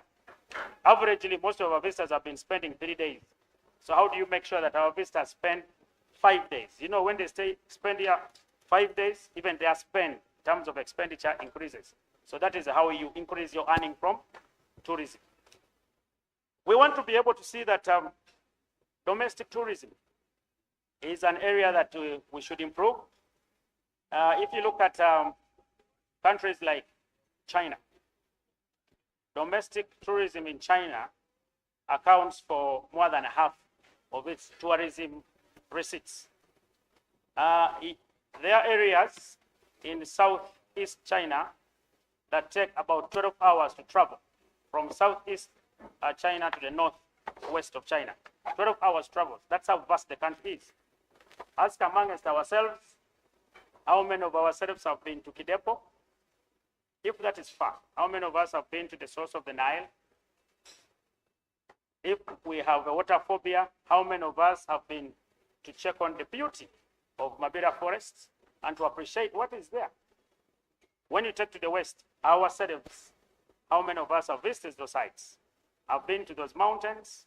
These are features that we rely on external visitors to come and explore and actually benefit the beauty. So in terms of tourism, we should promote the untapped domestic tourism potential. When we go to mineral-based industrial development, this one includes oil and gas. One of the beauties about the tenfold growth strategy, it identifies new sources of potential growth. We are saying that we have vast minerals. How do we first of all make sure that we quantify how much minerals we have? How do we ensure that we map them so that potential investors, including government, because now we have the mining company, how do we know, how do we track them? That has not been done. So this is a new area that can give us growth, that can drive us 10 times within 15 years. In terms of value addition, gold, last year on, we exported gold about 3-point-something trillion through the processing plant in Entebbe. But how about if we added value to all the other minerals? Would have enough sources of growth. And remember, once these have industrialization, you have increase in revenue, you have increase in employment, and then of course, you tackle the informality in the economy. So when you come to oil and gas, currently we're earning nothing. I see Mr. Mukunda always questions the oil and gas fund. Where are you getting this money? Most of that money comes from exploration permits, not from the tangible oil. So we have not yet reached that level. So we need to fast track that so that we begin to earn from the refinery and of course develop the industrial park in Kabadega. Now, the tenfold growth strategy also identifies science, technology as innovation as the biggest multiplier and the newest source of growth. You see, the richest man in the world, his money is not coming from minerals. It's coming from technology, science, and innovation. Right now, with SpaceX, they want to take people to the moon. make sure their length of stay there is longer. That is tourism. You can see from the social media platforms that he runs. So that is a new area of growth in the economy, which we too should tap because it has the fastest multiplier effect. Besides that, you notice Mr. Mkunda said that we still have a lot for postage and courier in this era of the E. In the era of the E, you should have e-procurement, e-communication, e-teleconferencing, those cut costs, among others. So we're embracing that. Now, the other part is creative art industry. The number of people who have been able to innovate, talk about movies, songs, music, drama, art. But one of the biggest challenges they have is that nobody protects. So we want to talk about copyright, protect them, ensure that whatever they produce is protected. Then, of course, not to repeat research and development. This cuts across all industry. There is a new, better way of doing business. Every other day we get better ways of improving our practices, new ways of doing business, new ways of running. Of course, not forgetting AI. So this is what we call the knowledge economy. When you research, is your research implementable? Is it adaptable? Can it be cascaded and taken on at the global level? So these are the ATMs that Mr. Mugonda told you about, and that is what it entails. So therefore, all our budgets must be reflective of this first. Then we go to the second category. Now, this category is called the enablers. Like I told you, if you're a tourist, please go to Goma now and enjoy tourism in Goma. So you must first of all ensure that safety of people, persons, property, investment, and freedom. This includes rule of law and governance, of course, ensuring that when you want to register business, how long does it take to register business? When you want to file, later we shall be discussing about domestic revenue enhancement measures. How many people earn more than 10 million per month through their small businesses, but they do not know where to access revenue filing mechanisms and tools? So all of this, you must ensure that you have the rule of law, you have good governance. When you have a dispute in tax, where do you go? How long does a tax dispute take to resolve? So these are some of the areas that we want to ensure that you provide for. You can do everything you want, but without the human capital, we'll be singing songs. So you want to ensure that health is still a priority, to ensure that from the cycle of a human body, from when you are conceived to maternal, when you're born, neonatal, to how you grow during the first 5 years of your life, invest in education, transition from primary, secondary,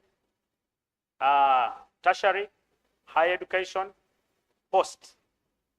You also want to ensure that as you're doing that, water and sanitation, hygiene is catered for within the budget, and then of course social protection.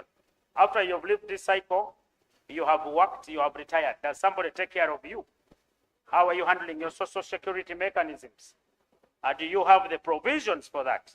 So the emphasis is again that as we finalize the budget, those should be clearly cut out. Another enabler, ladies and gentlemen, is infrastructure. For the last 10 years, the focus has been on infrastructure. Somehow it had skewed social welfare and human capital development. However, the NDP4 and the 10-fold growth rate say that we must ensure that while we balance infrastructure, human capital should be at the top. How do we ensure that within human capital, the people that are required to be here? When you receive a document from the Minister of Finance, how long does it take you to internalize? Now, the shift has now come to balance the two, human capital and infrastructure. So within infrastructure was saying, we have been focusing on creating new roads, connecting tourism areas, balancing the regions. You put a lot of development in the central, Midwest. Now you've also connected the far areas. Our minister says now it can travel from Kisoro to Arua, one way, secure, on and all on paved road. But we're saying you've been focusing on creating those roads. Where is the money for maintenance? We move around the city, and all of us are candidates and victims of garages because of the numerous potholes that we have. So we're saying, besides creation of new infrastructure, can we focus a portion of that money towards maintenance, both the paved and unpaved? You come to irrigation. Agro-industrialization will not be successful amidst erratic rainfall, amidst changing climate times. You can see now it is hotter than it used to be. Times have changed. We had rain throughout December, but typically that's not our planting season. So we're saying, how do we ensure that there is seamless continuity of agriculture so that we have production throughout, we have increased productivity, irrigation, large-scale and small-scale interventions, industrial parks. No country in the world has ever industrialized without bringing together the various players within those industrial intervention within the same place. Talk about the Silicon Valley, talk about any of them that is successful. We're saying these industrial parks are very critical, one, because it's easier to bring infrastructure to them. You give them the power, energy that they require to run their industries, because we're moving away from agro to agro-industrialization. You're able to bring bulk water. You're able to bring more services, sewerage, when they are in parks. So that is still key. Of course, human intervention, corruption, stakeholder management, that still remains a cancer. The IGG gave you a figure of about 11 trillion. How do we ensure that this 11 trillion is brought down? 11 trillion is about the money you require to build a Karuma. So if the IGG says that that is taken annually from our budgets, how do we ensure that we can avoid wastage? Putting in place controls, ensuring that we have mechanisms, approved procedures, transparent systems, and everybody is accountable for the actions that they take. In the tenfold growth strategy, part of the stock that we're supposed to have is environmental stock. You cannot develop without developing your environment. We must increase the volume of our forests. We must rehabilitate the forests that we have. We must protect the wetlands so that we're able to have sustainability of you, me, and our children and their children's children. In terms of East African crude oil pipeline, that one we already talked about it. Land administration to optimize production. You can see if we didn't manage the land for compensating the Busagam pitch, partially that tree that Mr. Mukunda talked about took us over 6 months. The tree, why? Land management. They said compensate us. When to reach compensation, they said no. According to the consultations we have done, the judges will not be happy with the 200 million or 300 you proposed. So you give us 500. But as soon as the judge ruled, the tree moved away the next day. So meaning even the people who were manning the caterpillars then would fall sick intentionally. But as soon as it was ruled, nobody fell sick, the tree moved. Land administration. Mr. Mukunda will still tell you that the biggest challenge you have with our projects is that our land administration regime is still ancient, unlike the developed world. They say there's a project running here, everybody evacuates. However, our legal regime requires that we go through the process of compensation. We have absentee landlords. At least now we've resolved that. You can be able to deposit the money in court, and then you continue with the work. And then people now, out of intuition, know there is a northern bypass, there's a southern bypass. They go and develop prior. So we need to amend our laws so that we effectively and efficiently implement our projects. Vertical and horizontal integration of the economy. It should be circular. You have inputs, your output is an input to the other, your waste is an input for a recycling plant, your paper that you dispatch is recycled, and so we have a circular economy where all of us benefit. So these are the enablers that we must focus on. And if you did hear nothing, please ensure that you heard that we have the accelerators, which are the ATMs, but riding on full monetization of the economy. And then we must have the enablers. Who are these that will support us? These are the fundamentals that you should work on. Otherwise, whatever you invest in is as good as where you were yesterday. Ladies and gentlemen, I'll run you through the financing framework. What are we doing to finance this budget? How do we mobilize its resources? First of all, world over, you need to know that interest rates have gone up. The UK used to borrow at about 0.5. UK also borrows at about 2%. That is a developed country. How about Africa? How about Uganda? Interest rates have gone as high as 9% for a sovereign state like Uganda. So we must innovatively find new ways to finance our budget. Even when you're willing to pay the debt, the lenders have declined because now they are also worried about the geopolitical challenges that they have within their countries. So we must innovatively see how are we going to finance this budget. Automatically, we must be self-sustained by ensuring that our domestic revenue mobilization strategy is implemented. Among the things that strategy aims, ensuring that not every year the perpetual things we invest in are the same things we invest in. No, we reprioritize, repurpose the resources. You'll see from the resource envelope, it dropped from 72 to 57. So what are you going to do? You must live within your means. So you should repurpose. What is current, what is urgent, what can wait, what can be done better. If you've been eating 2 samosas, now you must eat 1, because the aim is to survive, not to grow fat. So that brings efficiency. Input, how much input are you putting to get what you require? Then the strategy also focuses on combating the tax crimes, including tax evasion. There are many people who evade. There are also those who involved in smuggling. It also talks about reducing the amount of money that we lose to tax exemptions. Currently, we're losing about 2.2% of GDP. We hope that annually we can reduce the tax exemption because we are losing over 20 trillion in those tax exemptions. So these tax exemptions in the long term affect us. So we need to really reduce that.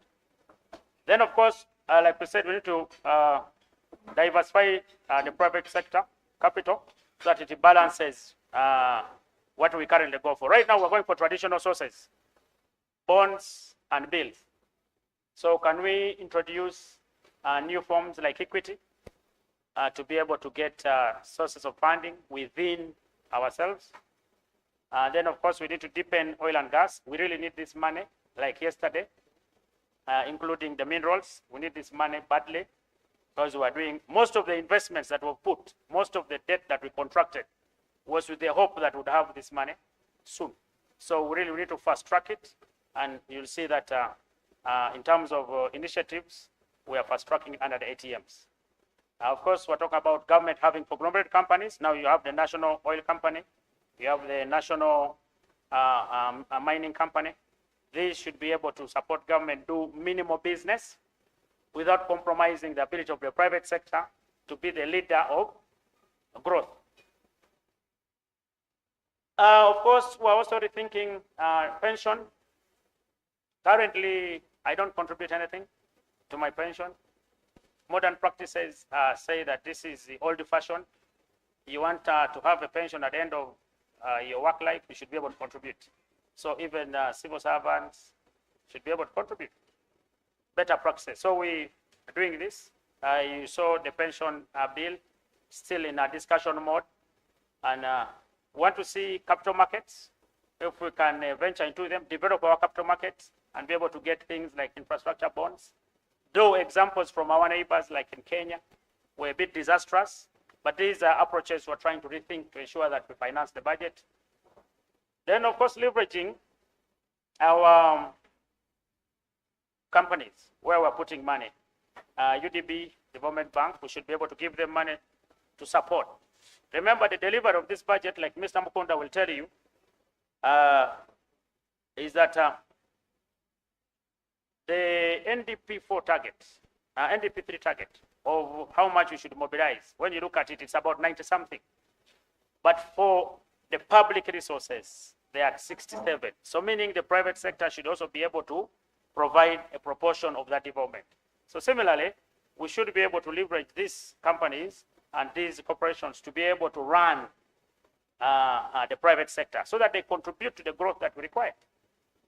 We need to incentivize, among others, corporate debt financing. So largely, these are approaches that we're looking at. UDB, you're running well. UDC, if you're running well, how do we have that? We have corporate financing within so that they can fund themselves. They can fund their interventions as opposed to everything coming from government. We're also saying these entities that collect non-tax revenue, why do you still need government to contribute money to you? It means you're able to take off. You are self-sustaining. FDI, I don't need to repeat that. PPPs in both social and commercial sector. You notice that from the time we enacted the PPP Act 2015, or let's start with the framework in 2010, we have not sustainably executed a good PPP. Why? Because they are a bit complex. They require a systematic management in form of appraisal, execution, and delivery. So these are interventions that should be fast-tracked so that we are able to get out from the traditional sources of finance. Right now, we know that the private sector provides like 90% of the services to government, road construction, supplies, among others. But PPP should now take on, because one of the reasons why we have accumulated arrears is because we are unable to pay within a given financial year. The demand is higher, but with the PPP, they deliver, then you begin repaying after, because they come with their resources. You provide the minimum, they deliver for you, then you begin executing. Something like the expressway should have been handled in such a format. So they collect user taxes as part of recovery. So those are the approaches we're looking at to ensure that we would deliver these services. Really, in terms of waste, why should government struggle with waste? Waste is something that everybody requires. So we could have a PPP, deliver it, and then run it, among others. So ladies and gentlemen, this is what we want to see in terms of financing. So what did we arrive at? We arrived at 57.4 trillion. You recall the previous financial year? It was about 72. So that was a massive decline. And the decline, there should have been a table there. I'm unable to see it, so blurred. But it gives a breakdown of how we are funding that budget. The inflows, and then how we are able to remain with discretionary funding to execute.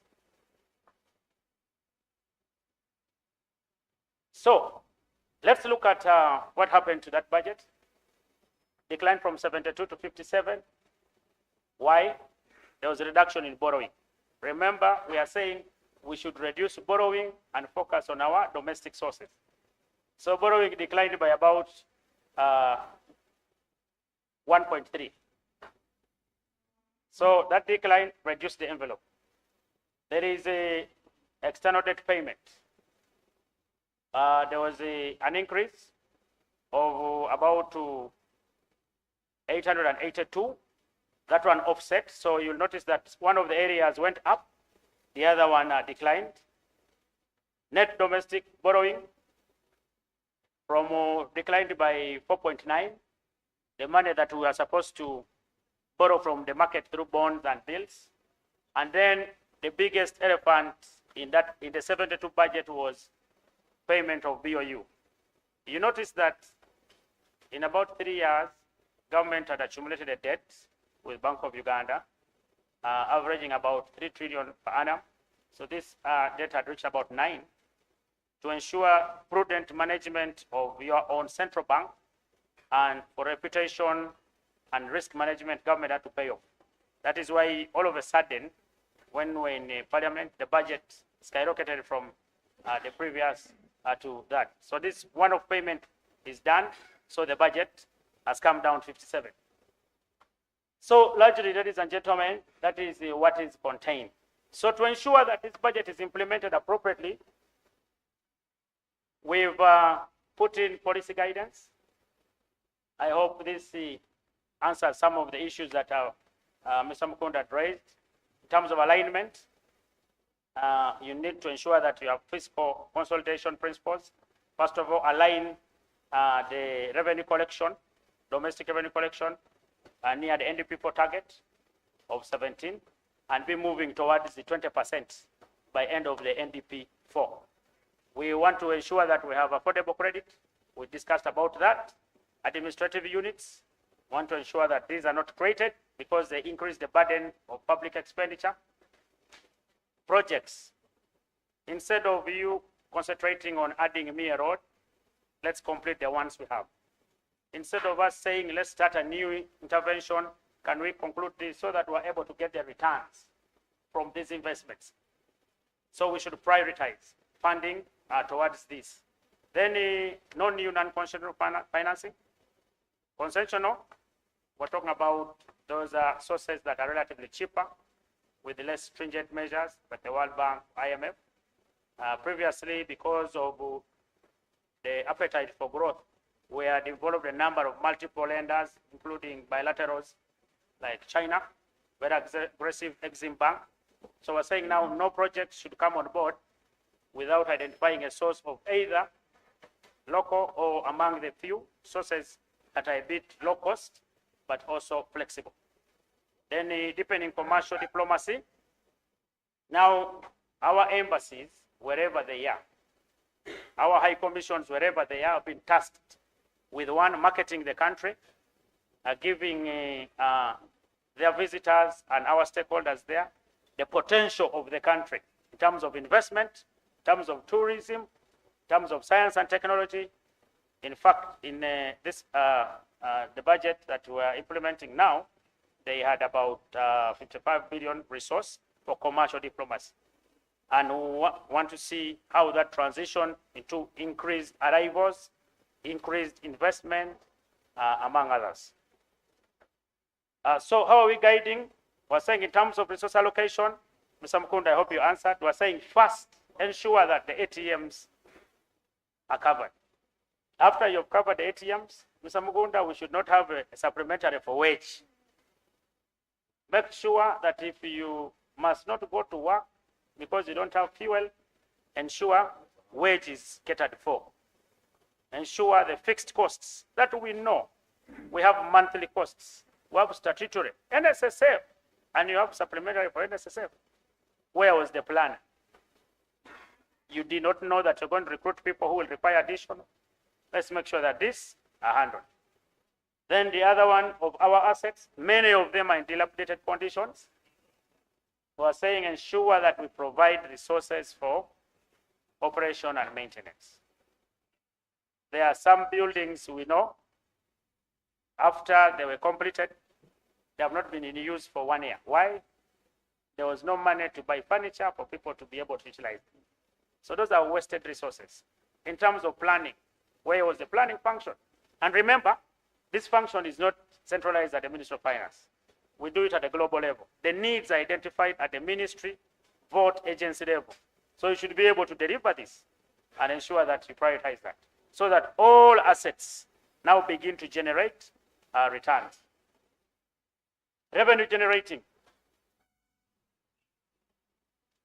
What can you bring so I enhance?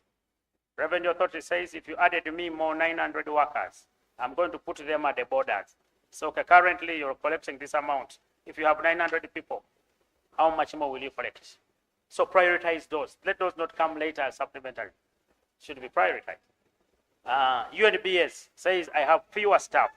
But if you're able to give me 5 billion, I'll be able to ensure that I recruit more staff and deploy them in Chikubo to identify counterfeit that is affecting business.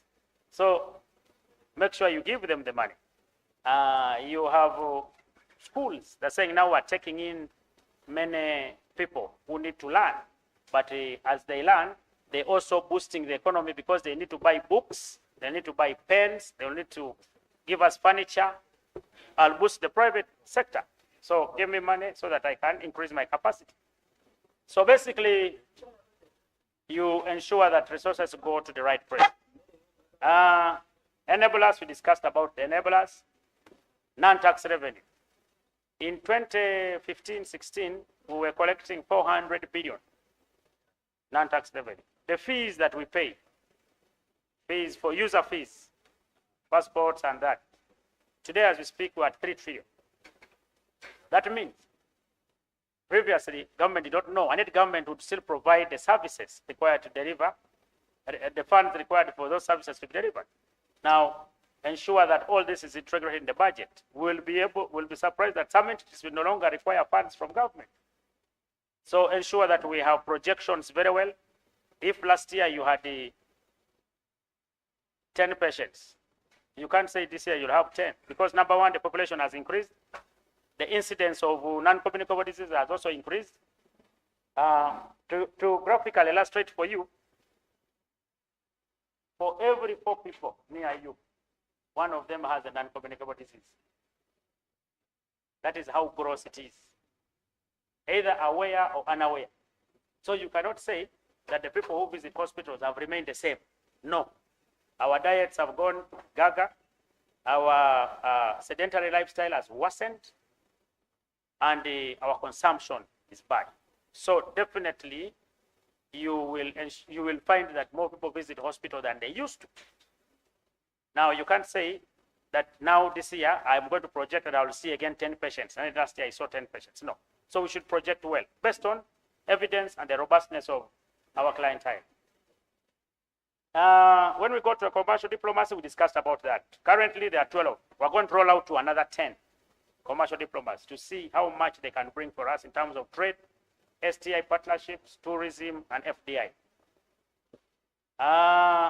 Alignment, we discussed about this. Everything should begin from ATMs, then the strategic objectives of the NDP4. RAPEX, Mr. Mukunda. We discussed about RAPEX extensively, and you'll notice that the low-hanging fruit for RAPEX was first agencies. So that is phase 1. Target 31 bills, that has gone. A number of lessons have been learned. New information has since emerged. So we will not remain stagnant. That is now the next phase, the one you're talking about. We should now be able to see efficiency in terms of those functions. So this has been done and the budgets have moved. So this one should not be disturbing us anymore. Sequencing activities, this is a challenge. That's why some of our services delay or projects. Activities are not sequenced in light of what should come first, what comes next. Procurement planning, recruitment planning. We haphazardly recruit. You recruit in the middle of the financial year, you don't have wage, you go and get a wage supplementary. Seasonality. You notice that we have seasons for harvesting, seasons for planting. We also have seasons for education. There is when they should sit exams. There is when there is a break off of school. So ensure that this, even embassies, are also in sequence. So how do you ensure that you give the funds based on seasonality? I shouldn't give you PDM funds when it's rainy season. I should give you when we are transiting to rainy season, so that you're able to prepare the garden, you're able to plant, and then a sustainable chain of the agric plant or crop. So when you come to tax inclusive budgeting, we have people who plan to procure items without including the tax component. Then later on, the items are stuck with the Uganda Revenue Authority. Why? Because we didn't plan for the tax. So how do we ensure that this is avoided? make sure that you integrate taxes in all your expenditures. And then, of course, transparency. In whatever you do, you must have consensus. Mr. Mukunda, one of the reasons we're here is because we must create awareness. We must check what government is doing as civil society. That is very appreciated. You're promoting transparency. Literally, we have laid the budget bare. You even went further to lay it at program level. That's transparency. So coming together with this team cannot only be done on teleconference. You require a workshop. So which kind of workshop should we budget for? That should be where we should be going. Not saying let's rationalize all the money on workshops, because then even yourselves wouldn't be here. We come to listen to each other, to learn and learn, but most importantly, build a consensus. I suppose from here, you're going to have a report, and then you have an action way forward to government. That we made our civil society, these are the areas we discussed, and agreed that you should work on A, B, C, D. You can't do that in Mr. Mukunda's office, because then it will be him thinking. So there are some expenditures of government that are equally relevant, but the extent to which they are applicable is what we should be questioning. Tax, we talked about this, and arrears. We have an arrears, domestic arrears strategy. That domestic arrears strategy, first of all, has a base. The base, the one which is verified by the internal auditor general, was standing at about 3.5 trillion. But who creates these arrears? The people who are charged with running these entities and functions. There is no way you're coming to end of financial year and then you have not paid the person because the work is halfway. Then it means your procurement planning, your scheduling of activity was poor. So we need to build the capacity across that entire value chain, both at ministry, department, agency, and also at local government. Compliance. How do we ensure that we comply? When we talk about PPDA regulations of 2023, do we even know that we have new regulations? Again, we create awareness through such fora. Where do people make sure that they can know what they require to undertake a procurement and fulfill the entire value chain? Through such fora. Now, number of them off budget, talked about declaring off budget items. Domestic arrears, I've already discussed about that. Public investment. In 2024, government approved the public investment management policy. This one is supposed to support the framework from when we identify a project, what is the process for its approval, how does it access the budget, how do we implement it, how do we monitor it, how do we adjust it, how do we close it, how do we move it to operation level. The policy was approved. I implore all of you again, these documents are online on the website, and if you can't see it, we'll ensure that our IT team uploads it urgently, but I know it's already uploaded because this was in 2024. So in terms of PIMs, we've done a great deal. So we want to ensure everybody planning for projects knows what is required of them. Assets, maintenance, we talked about that. I will not add that. Salary, we discussed about that. We're using the audits. We undertook an audit both for wage but also pension and gratuity. The findings are already out, so we're using that to inform our final allocations. By the time the BFP was done, this hadn't been completed, but now it's complete. Ex gratia and councillors, that's a very big issue at the local government level. We are also ensuring that these are properly coded, these are properly planned, and ensure that they are verified, and then payments are done. What are the now on local government transition? Government policy now. We used to have IRAS, and there was a IRAS and low grave. Yes, low grave. Now everybody has been brought to IRAS, so we want to see that that is implemented. You gift. Many facilities have been completed. We want to ensure that they are now taken to operation level. In terms of maintenance, we shouldn't have facilities that are not maintained. and then environment and social compliance, performance audits regularly, not only at the end, but during execution and also ex post. Cross-cutting, many of you advocate for this. These are fully taken care of. Equity and gender considerations. I have a very gender insensitive table there. Very insensitive. I hope the people who were matching us in are taken that into consideration. In terms of equity, what representation of the national character do our projects have? Do our interventions have? Should be able to see from across the board, but of course based on talent. Talent based on the activity, not because you're just fulfilling the requirements. Climate change adaptation and mitigation. Measures to ensure that we work on our climate. Then HIV/AIDS, allocating by law, by the policy. We're supposed to allocate about 0.1% of the budget towards those interventions. Because we're supposed to have an HIV-free country by 2031. That's the action plan. Environmental sustainability, we talked about this. Corruption, I don't need to emphasize it. You cannot be corrupt when somebody does not corrupt you or when you don't have corrupt thinking. So it is something we must work, because you can't be corrupt alone. It should be about a system, should be about a chain, or call it. So we all need to work on it, not only whistleblowing, but also creating awareness of what we should be able to do and what we shouldn't do. As I conclude,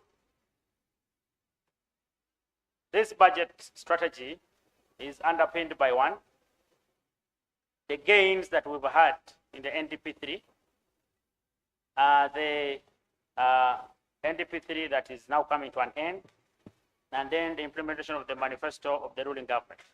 Remember, the executive gets its authority from a manifesto that they laid to the populace before they went for an election. So once they're elected, those are the things that are guiding the implementation. Then the government has committed to ensure that we grow faster. By 2026-7, we should be now at about 7%. And then in about 3 years, we should be at double digits. Like we had in 2010, 2011, we were growing at about 11, 12%. The NDP direction, which was approved, now the NDP has also been approved by Parliament. At the time of submission of this, it was still in Parliament, but has been approved by Parliament. So we have now the National Development Plan 4, and it has the 10-fold growth strategy, where I talked about moving our economy from 53,500 through new sources of growth, but also through efficient measures within the economy. Full monetization. We want to ensure that we transition those households that are still in subsistence. They're about 33% of all our economy households. We want to transition them into the money economy. Don't only produce in your backyard for food, make sure you produce to also be able to sell to a neighbor who doesn't have, or to sell to other areas that demand has increased, so that you have some monetary gain and exchange. And then, of course, the ATMs, we talked about the ATMs very well, with their accelerators and then the enablers. Ladies and gentlemen, that concludes our presentation of the budget strategy. I hope, and I am still very hopeful, that it has answered many of the questions that Mr. Mukunda had raised, many of the interventions that you wanted us to put in place, but also to ensure that we move this country towards the new growth agenda, where we want to grow. After every 5 years, we should have doubled the size of the economy, so that by 2040, we are at 500 billion. Once we have the 500 billion growth in terms of production, services, and goods, it means we have high levels of revenue, we'll have high levels of employment, poverty will go down, urbanization will be at the cornerstone, and then general welfare of all of us will move from earning about per capita income of $1,093 to $7,000 by 2040. Ladies and gentlemen, that is what we had for you. I want to thank you for listening to that elaborate presentation. but was in the spirit of answering the many issues and the key areas that I thought had been raised, but also for your information, since we do not regularly engage. Finally, in terms of programming, I want to request that the next engagement of this nature on the National Budget Framework paper is done mid-January or towards the end of January. Reason being, that's the time we're discussing the National Budget Framework paper. As we speak now, it has already been approved by Parliament, and now we're moving to the next level. So our recommendations will more be like informative, not action-oriented. So in terms of programming, again, the organizers think about it so that we align with the programs of government, but also timeliness of our output and requirement. Thank you very much for listening. I welcome any questions, if Thank any, you. or supplements.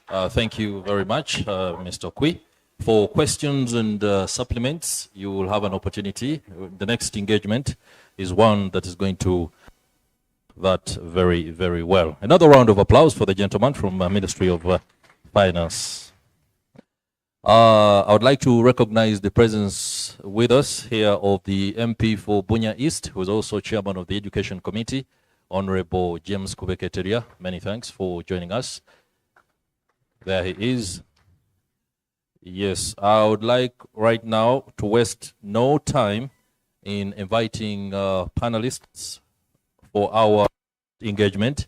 I'm glad. I hope we should give the official a few minutes to relax, because he will be part of the panel and will be maybe doing some clarification on some aspects that will emerge from the session. Allow me invite Mr. Thaddeus Musoke. Mr. Thaddeus Musoke is a serial entrepreneur. He's also chairperson of CASITA, and his works in ensuring that the issues that affect traders, not only within Kampala but indeed across the country, are attended to is commendable. Many thanks for making time. Allow me invite Ms. Angela Kasule Nabowe. She is the Executive Director at ISA. She'll be joining us on the panel to discuss the budget work for people, prioritizing expenditure for inclusive growth. You're most welcome, Madam. And in line with the earlier apology, I was assured it's very okay. Sir, please, again, you'll be part of the panel, so you'll be making your way there. In very unfamiliar circumstances, allow me to invite myself to the panel, because I'll be moderating.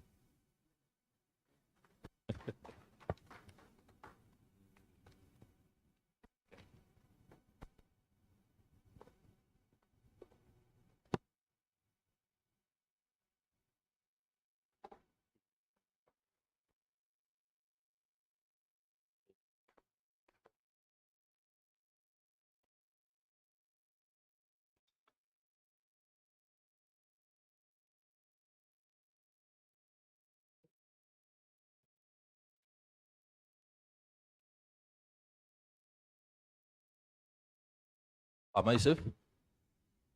Okay. Thank you, ladies and gentlemen.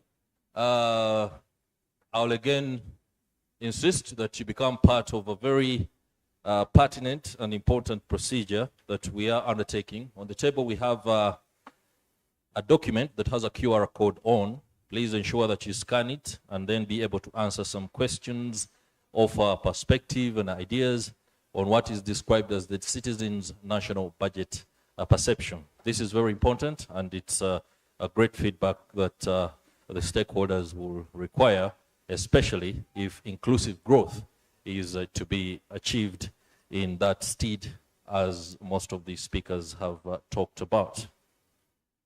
Okay, as we wait on the official, ladies and gentlemen, we are well within time.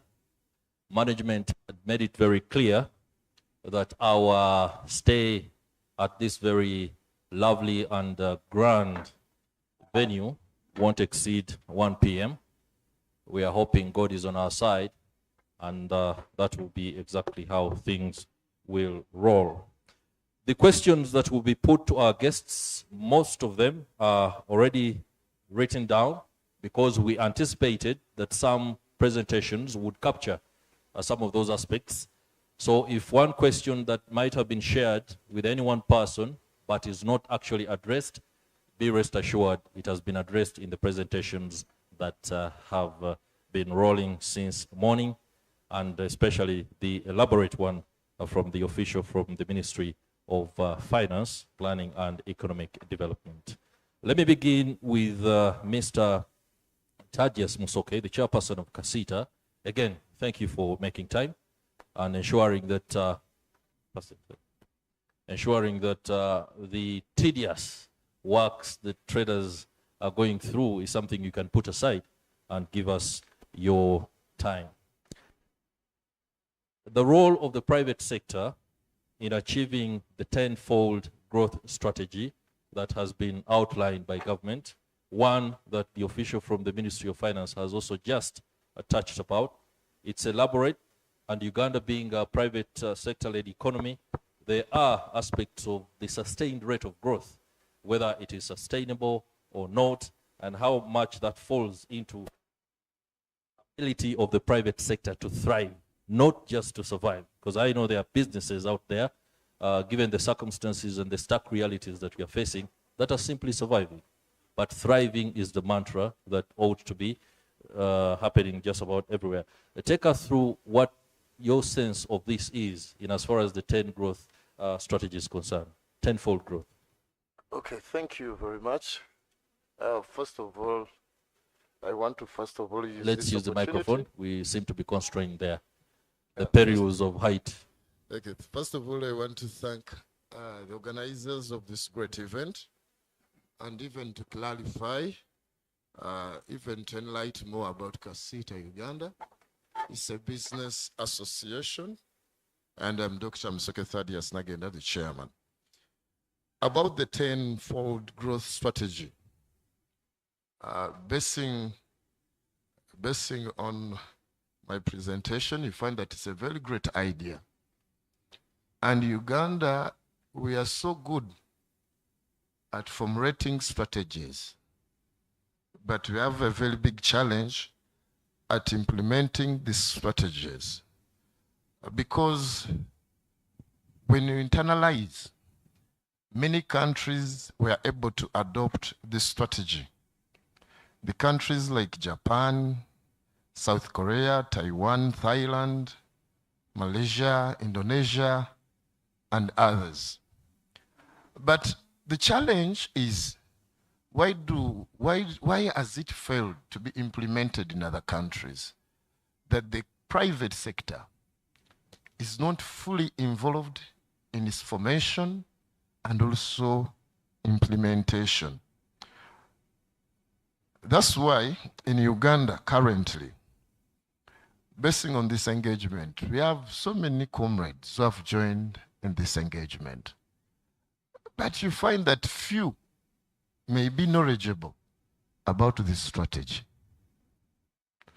For sure, when I got an invitation, I had to task my policy and research team to first of all enlighten me about the strategy.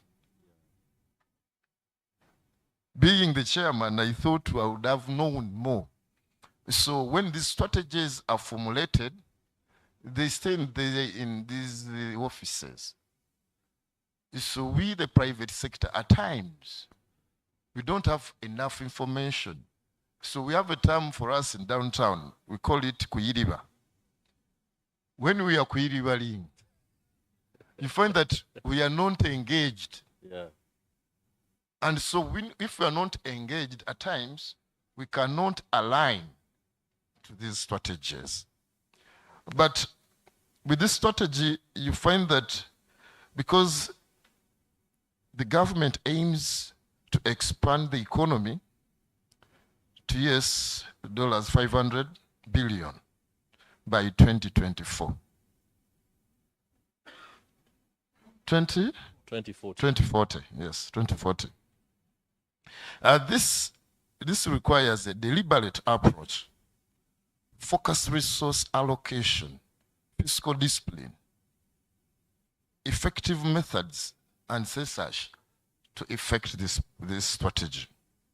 But basing on the arguments always which we have been presenting to the government, you find that it may be a dream to attain this strategy. First of all, knowledge distribution and sharing to the private sector, and even the approaches used to interest the population. For instance, we got several challenges when the Minister of Finance was setting the targets and even implementing some policies. For instance, the Bubu policy.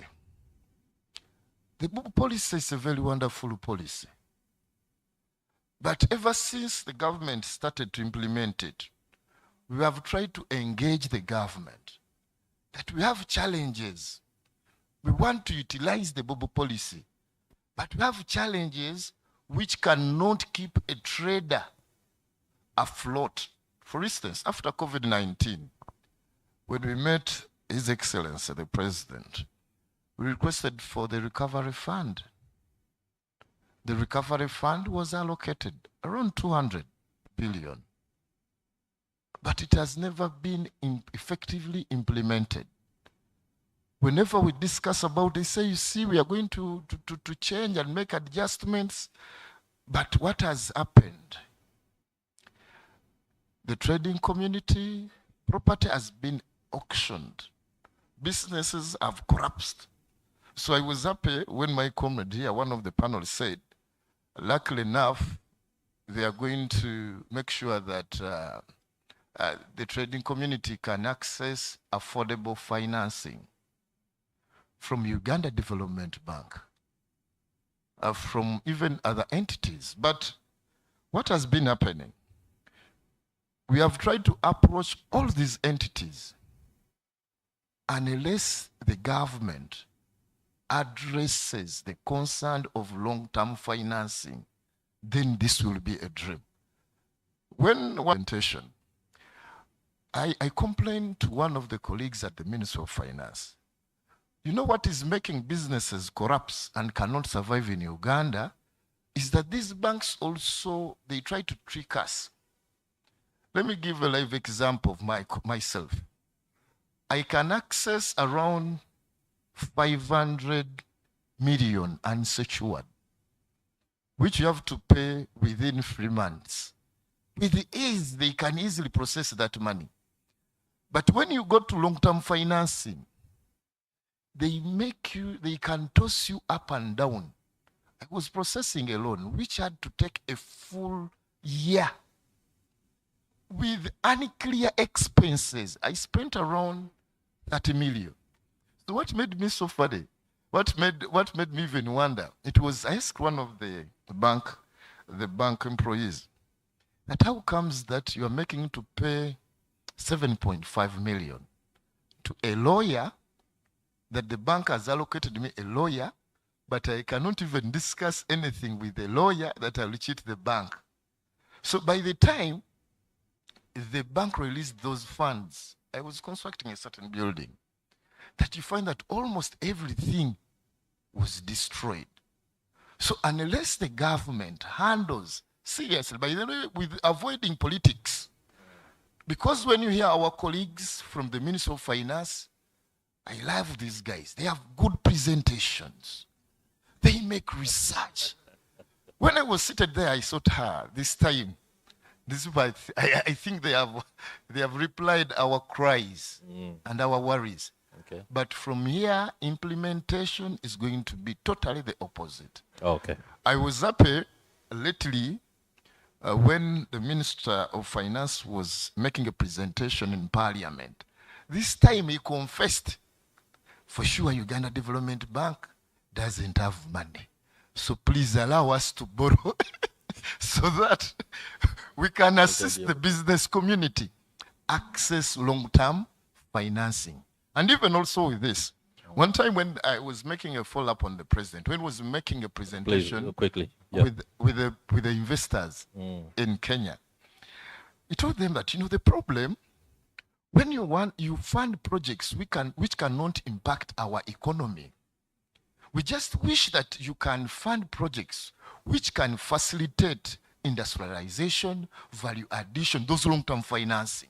So the fact is, the government knows the truth that attaining this tenfold growth strategy is so hard without long-term financing. So what is happening? The business community is being cheated by money lenders because access to finance is a big challenge. And lastly, unless we encourage another cheap option of access to finance, like joint investments, these are so good avenues where can ease resource mobilization. One time I was teasing my traders, if you can organize an introduction ceremony or wedding, which can cost around 5 billion, no, 1 billion or 500 million. Okay. Why can't we pull resources together and we encourage joint investment? So we need to organize also a strategy of perception change. Are Ugandans willing for joint investments, or everyone wants to be a CEO? Everyone wants to be the MD? Everyone wants to be the captain. So unless we design programs which can effectively impact the business community, then I don't think that this strategy will be attained. Okay, thank you very much. That is cautious optimism, not necessarily pessimism on its part. And I believe the official from the Minister of Finance will be responding to you very shortly, because he has pretty much noted that and preempted some of the questions I was going to ask him a little later. And Mr. Thaddeus Musoke talks about the fact that you can be able to galvanize funds for example, an introduction ceremony, a wedding. Some of you can galvanize funds very quickly for a picnic on Sunday, but cannot do so for a business venture that you come together. And that is something you should ponder on. Maybe your points of reflection could offer you some new insight on that. Allow me ask Madam Executive Director from ISA to quickly, because I believe what you have to say is something the official from the Minister of Finance will have to respond to. So if you don't mind, from your standpoint as the civil society, I know there are sectors where you are heavily embedded, including education. What are those aspects that are at heart in as far as inclusivity is concerned ahead of the rollout of the financial year 2025-2026? Please, Mr. No, can you transfer the mic? Maybe? That's better. Thank you. Okay, thank you very much. I'm very happy to be here. I just want to mention before I start off that the presentation from Ministry of Finance was very good. I was very impressed with the figures, but also the strategy. And in paying attention to the presentation, looking at the focus areas, monetization, full monetization of the economy, and of course, looking into the wealth creation programs, the PDMs and all that, but also looking at the budget strategy for the financial year 2025-2026. You having number 2 as human capital development, looking at education, healthcare, social protection, water, but also under that line where you talk about a strategy to be able to eliminate corruption. Looking at that, I think it is very wonderful. These are the things that we have been talking about. But just to align my thought with my colleague from the private sector, the challenge comes with implementation. But when you look at what we are presented with for the financial year 2025-2026, there are challenges. But before I go into those challenges, I want to first thank government, and which also Mr. Okwi alluded to, that, you know, the budget is coming down to 57 from 72, which is a realization that, you know, there is a willingness to live within our means as a country. So I hope that we are not going to wake up and that budget is gone up like happened last year, because it was really a shock, considering how much we are able to collect through domestic resources. So back to the budget, please allow me to start with the health sector. And why health? Because we have had some interesting developments happen, and I'm very sure Julius talked about them, around a freezing of donor aid. And I know that the health sector is the most impacted. Maybe some good news I received this morning, at least CDC has been cleared. And I just received a message that the payment portal has been opened to be able to access funds. So at least there's some breather. But when you look at health and what we are planning for 2025-2026, the health budget has been cut. And when you see the votes that have been affected, there is Uganda Heart Institute, but I'm particular about Kawempe Regional Referral Hospital, because Kawempe Regional Referral Hospital, for our audience, is the referral hospital for the poor, where the poor go to give birth and other challenges to do with maternal health, because you know that Mulago was privatized. So the wing at Mulago for maternal services is for the rich. So Kawempe, where the poor people go to give birth, the budget has been cut, but still the budget for Ministry of Health has been increased. And this is largely administration. And you ask yourself, this is where the majority of the population, when you see Kampala, basically the CBD, Wakiso, receive treatment. I have been there, and there are already challenges with that facility.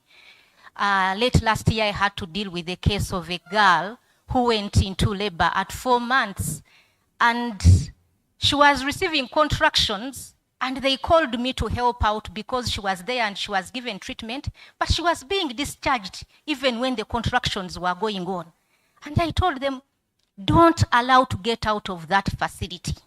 But because they are overwhelmed, and by the time I reached there, she was being discharged. Well, she lost the pregnancy, she was being discharged, but she had not been cleaned.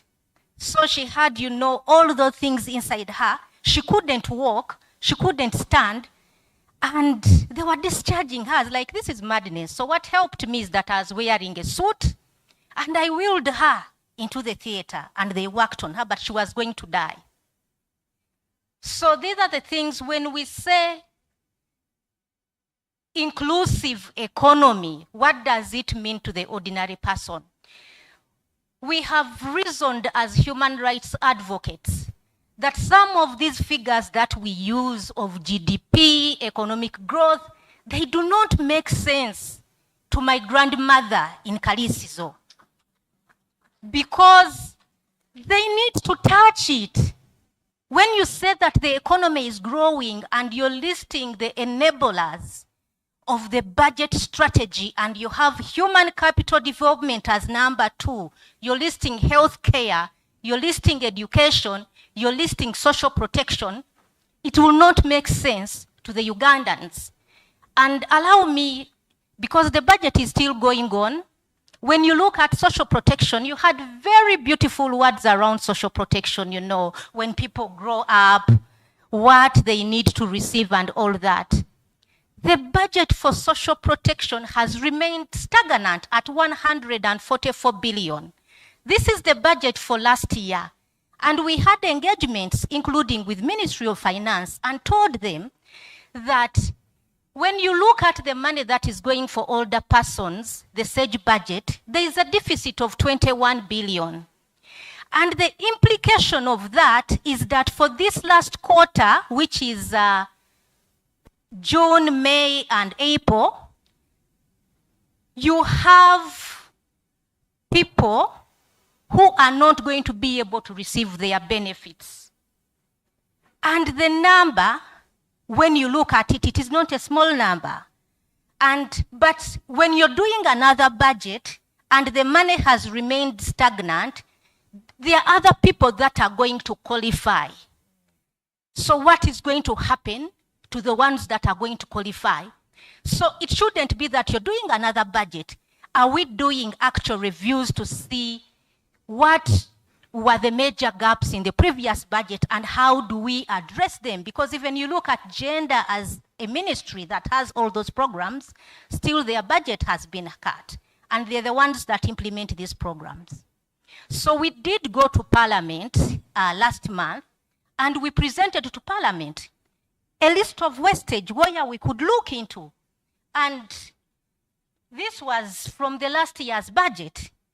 And when you look at that vis-a-vis the shortages, for instance, for social protection for older persons, you see that this is very small money around official ceremonies and state functions, around welfare and entertainment, special meals and drinks, beddings, clothing, footwear, and related services. This is money to the tune of 141 billion, 47 billion, and the whole amount of the wastage, we added the figures, and it is translating to 3.2 trillion. We are able to identify the areas because they tell us, no, you want money for health, you want money for education, where do we get it? And we do the analysis, and we go to Parliament and present these figures, but what happens at the end of the day? Okay. Let me just say something around that is very troubling, because I was taught, the instructions I got as like, where does the ordinary person fit in? That's right. And I want to give you a personal story that I received yesterday. I was called, I have a very close friend. Her sister has breast cancer. She got a relapse and she was rushed to the Cancer Institute on Sunday. When she got to the Cancer Institute, they couldn't attend to her.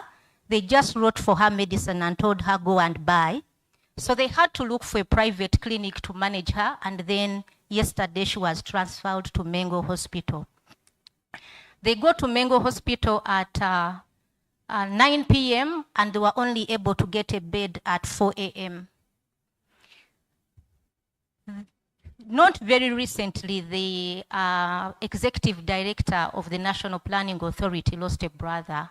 May his soul rest in peace. And when he was announcing the loss, he stated a very, very key thing on Twitter, X, and said, we need a health system that works for everyone. But in that same message, he was thanking the president for having contributed towards the medical expenses of the brother, and also his colleagues from Busoga Kingdom and the National Planning Authority. And I asked myself, this is a person in privilege. He has access to the president, but he has encountered challenges. But I'm glad that he's bringing out this message. How do we have a health system that works for everyone? And even when we talk about diseases like cancer and how people are chased away from that cancer institute, like even if someone is to die, they should be able to die in dignity. Our state needs to make sure that they put resources in place to make sure that we are all covered as citizens. We are going into elections, and there is something called the social contract. That's right. What happened to the social contract? Education is a disaster, I'll tell you. We have parents borrowing to pay school fees at the basic level, and that is driving dropouts. Okay. Thank you. Thank you very much, Madam Angela Kasule.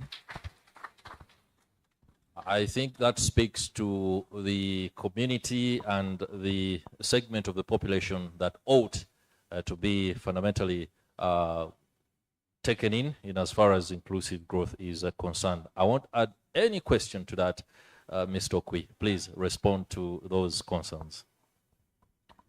First of all, again, I would like to re-echo our appreciation for engagement in such fora, because we're able to get the feedback, we're able to engage, listen to one another, and most importantly, feel the pain of those of you who work with these people on a day-to-day. You whose responsibility is to advocate, but also to check government prioritization, planning, and execution. My brother from Kasita, you'll permit me come the reverse way in view of gender considerations. I will start with her comments and questions, and then I will come to yours last, not in the order of hierarchy, but in view of promoting gender equity. She's the only lady in the panel, so already we are very gender insensitive. In terms of proportion, she's a third of the output from the panel. Thank you very much, Madam. In terms of prioritization of our interventions, I want to begin with health. There has been a very big focus on curative management. Avail medicine. Make sure there is a fully functional ward. Make sure there is a maternity. Make sure there is a child facility. Make sure we have medicine stocked. National medical stores, you're not doing your work. You're not delivering medicine in time. The Auditor General's report recently highlighted that there was about wastage of about 33 billion in medicine that had expired in our stores, our vaccines. So we want to check first our planning and prioritization in terms of interventions. Are you aware that 75% of our hospital visits are because of things that we can avoid? If we checked our hygiene and sanitation, if we checked our lifestyle, if we checked our nutrition, 75% of us here wouldn't end up in a medical facility. So we've been engaging the Ministry of Health and the various actors under the Ministry of Health to ensure that, one, we create awareness in basic hygiene practices, in basic self-management. One. Two, let's encourage our young population. Those of you who are 30 years and below, you could be lucky. But those of you who are 40 years and above, we are as good as a bent tree. There is hardly much that we can do in terms of readjusting our lifestyles. So, but what do we do now? Let's focus and train our young people. Young ladies are engaging in unhealthy reproductive practices earlier than their age because they do not have information. Young boys are engaging in what they shouldn't engage because they don't have the information. As you're advocating for government to prioritize health sector, let's also advocate and convey the message to the young people. One, let's be law-abiding. Two, let's ensure that we go through a normal growth trend. Ensure that we stay at school, we stay longer. If we're unable, we engage in activities that can grow the economy. That way, we avoid being the idle,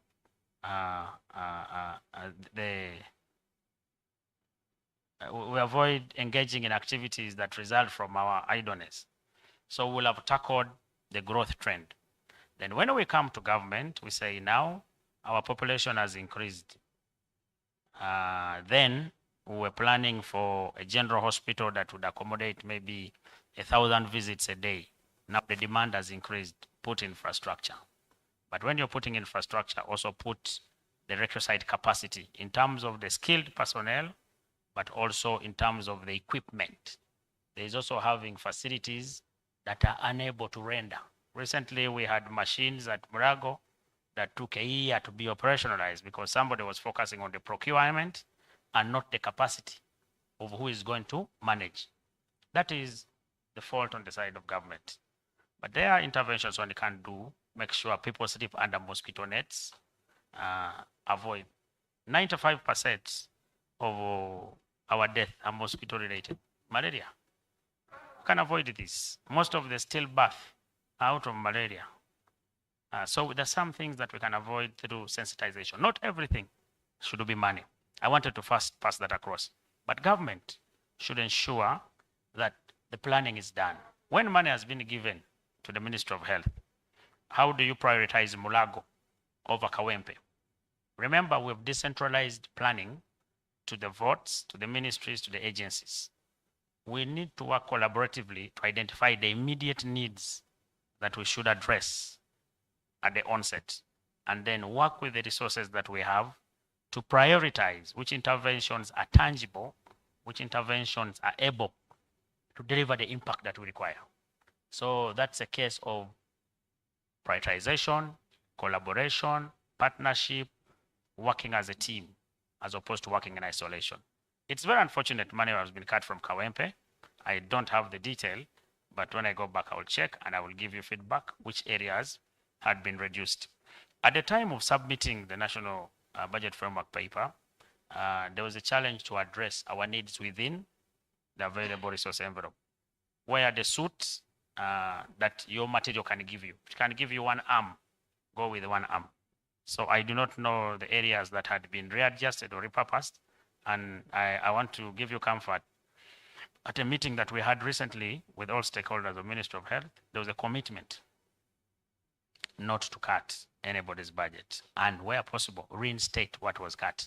And I know right now management is handling that to ensure that everybody's budget is adjusted at least to pre-levels, for as long as there was no wastage and the areas that were cut were not those of wastage. So we'll confirm that. In terms of the tangibility of the output, that's why we need to make our budgets work. In the NDP4, the focus is making sure that the parish is the epicenter of planning. The parish is supposed to have what we call the Parish Information Management System, also called the PIMS. So we're supposed to identify within our parish what is our economic activity. The parish chief is supposed to record that data on a monthly. How much goods do we take from our parish to the market if we have a main market in the district? Supposed to have that data and then seamlessly integrate with the production officer for both planning, but also advocacy and request for funding from government. Because not every parish is unique. Not every parish is the same. We have uniqueness in parishes. There are those that are smaller. There are those that are bigger. You cannot say we are going to take interventions at a level. So we should begin planning at the parish level so that the right interventions are put in a given parish. That's number one. Number two, when it comes to implementation, the parish should rally all its households to ensure that, one, we embrace what government is doing, and if we have issues in whatever is being rolled out, we raise them as a parish, and then it's submitted to the sub-county and then the district, so that we have disaggregated data for every household, for every parish, for every sub-county, and every district. There we improve our planning and direction of our interventions to every parish. I will tell you, your grandmother will only see the benefits of GDP for as long as she takes something to the market, for as long as she offers a service to the market. Otherwise, if she doesn't, then she's not representative of the GDP. She's an outlier in the GDP. She should be able to produce, using the PDM funds, produce, plant her matoke, have one batch for the family for a week, and then the other batches take them to the market. There she has her money. She's able to save next week to go and buy a commodity that she doesn't have, that is either sugar or soap. That is how she participates in this GDP. Short of that, many of us are outliers in this GDP. It will just remain as a statistic. GDP, simply put, is what are you producing, what are you selling, what service are you offering, and what are you earning. That's GDP in simple terms. So as long as you don't produce anything, as long as you don't offer any service, you're outside this GDP. They're not talking about you. But all of us, if we're supposed to have fully monetized economy, must engage in that so that you offer some service, they pay you, you have a saving, when we talk about tenfold, we're supposed to increase our gross domestic saving. You cannot form capital when you don't have savings. You put a very good case. You can galvanize resource for a traditional marriage or a wedding, but you can't galvanize resource to have a 1 billion emergency fund for you traders, where you can say now, I didn't file my returns. They're closing my shop. Please give me 100 million. I pay as I normalize. So we must, first of all, raise domestic savings as ourselves. Before we talk about FDI, we should raise that percentage from 20% to 40% in the next 15 years. If we don't do it, tenfold is a fallacy. If we do not increase the proportion of employment away from agriculture to industry, or if you're within agriculture, is it agro-industrial? Are you adding value to your bananas so that they have a longer shelf life? Or when they begin rotting, you give out for free? Or you even hire somebody to dispose of for you? So as long as we don't do that, this tenfold will be a fallacy and the GDP will not work for you. In terms of budget surges, a budget is not static. It's a living document. And that is why it is always a plan. It's an approved plan. When you finish a budget on 30th June, now when you enter first, and the other one is the actual plan, the actual budget. Because you've finished planning and now you're finished executing it. Otherwise, for as long as it's a budget, that's why we call it estimates of revenue and expenditure. Until you conclude it and it becomes actual. So within there are challenges that you must live with. When an epidemic comes, you first stop other things so that you can get out of the epidemic. When you have landslides in Bududa or Elgon area, you first stop other things and say, let's focus on this so that you save life and avert. So that's how a budget is. It's not that it is stationary, static, and that is how it is.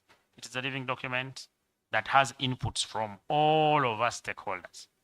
So ladies and gentlemen, I think I want to end there with my sister, but on social protection, we are aware that the numbers are increasing. Life expectancy has increased from 63 years of age to 68. So if you have not been working hard thinking you're about to die, no, you're going to live longer. And begin to put aside money because you're going to live longer than you thought. And 68 is an average. You can easily hit 75. Imagine you're 75 and you have no saving. And is how God blesses the poor. They live longer. So please, we need to work on that. So we are aware the many people who are going into social protection requirement. But our planning, again, like I said, the parish should be the epicenter. If ourselves in the parish don't know how many elders we have, then we have a problem in planning. We should be able to convey those statistics to our parish chief, have the record from the parish to the sub-county, to the county, to the district, then we submit to Minister of Gender. Mr. Okwi, before you transition to responding to Tadia's submission, could you have information, Madam? Yes. Very quickly, so that So very quickly, thank you, Mr. Okwi. Just two things. One is around the saving to be able to raise money for capital, but you also, in your reference to GDP and talking about my grandmother, you said that should be able to produce matoke and take it to the market. Yeah. The money that, if my grandmother receives 1 million shillings in PDM, which is your number one monetization of the economy, and she has to make a choice about going to hospital to get medicine, to buy medicine, or pay school fees for grandchildren who have been kicked out of UPE schools because the money that government sends to UP schools is grossly insufficient, and we have evidence from the National Planning Authority that these are the figures that you need to fix that system. So my grandmother is not going to grow that matoke when her grandchildren are home. So unless we fix basic education, unless we fix health care, your strategy around monetization of the economy is not going to work, because when people receive that money, they have immediate needs to be able to meet. Okay. They are not Thank going you to very- sleep hungry. Thank you But very also much. the thing very quickly about his emphasis around social protection. I'm very happy we are on this panel together. You're saying the age for our expectancy has gone up to 68. Please, when you're having discussions on those high tables within Ministry of Finance, tell them that the age to access SAGE at 80 is government cheating us. Because if you're saying expectancy is 68, and for old people to access old age benefits is 80 years, is a rip-off. Can we lower that age? Yeah. Thank you very much. Since it was information, I think it's noted. That will be good feedback to take to the corridors of the Minister of Finance so that conversations can begin in ensuring that is rectified. Yeah, I like that. If the age expectancy is 65, I should be able to do something with some money before I actually am a statistic. All right, respond to Mr. Thaddeus. Okay. It's okay. Thank you. Just quickly, before I cross to him, Okay. again, I told you I am very gender sensitive. All right. It's one of the focus that we have. Yeah. We must ensure our budgets are reflective of gender. This gentleman should be the spokesperson for Minister of Finance. I appreciate. Okay. I want to tell you,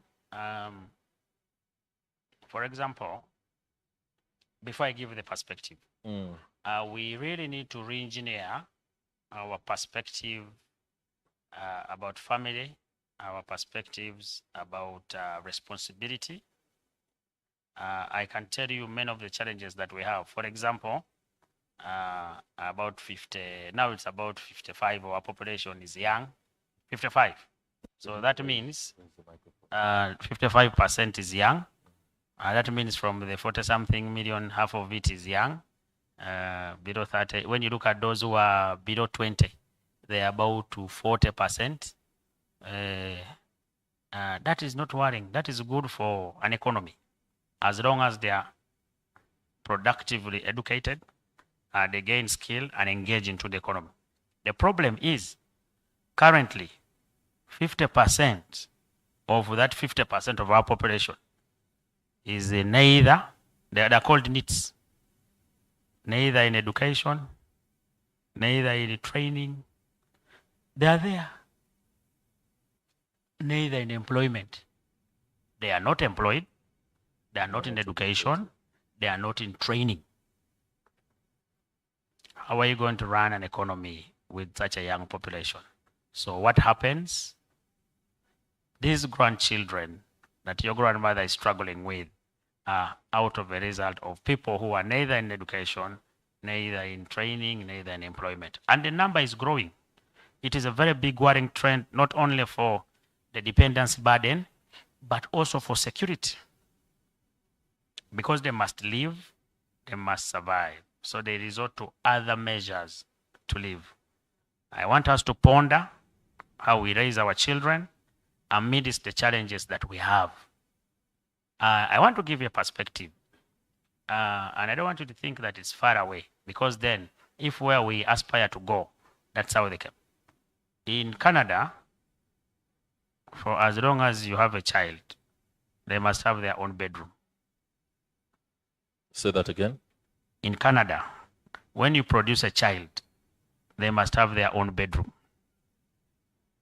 So do not think these people have fewer children because they are not active or because they don't love children. There are some measures in place that promote responsibility. If we know that you will produce and give a grandmother, what do I care about? It's responsibility. In the UK, once a child is 18, they are literally kicked out of the father's place. They tell you, while you come back from school, you get somewhere to go and be a waiter to earn some income, to begin working for your apartment, or to begin working for your getting out of home. It's a culture. It takes a while. But I want to tell you, we need to address some of those issues between ourselves. For us, once our daughters receive, welcome them. Oh, my child, come home. instead of reproaching them. Away from that, I take the feedback.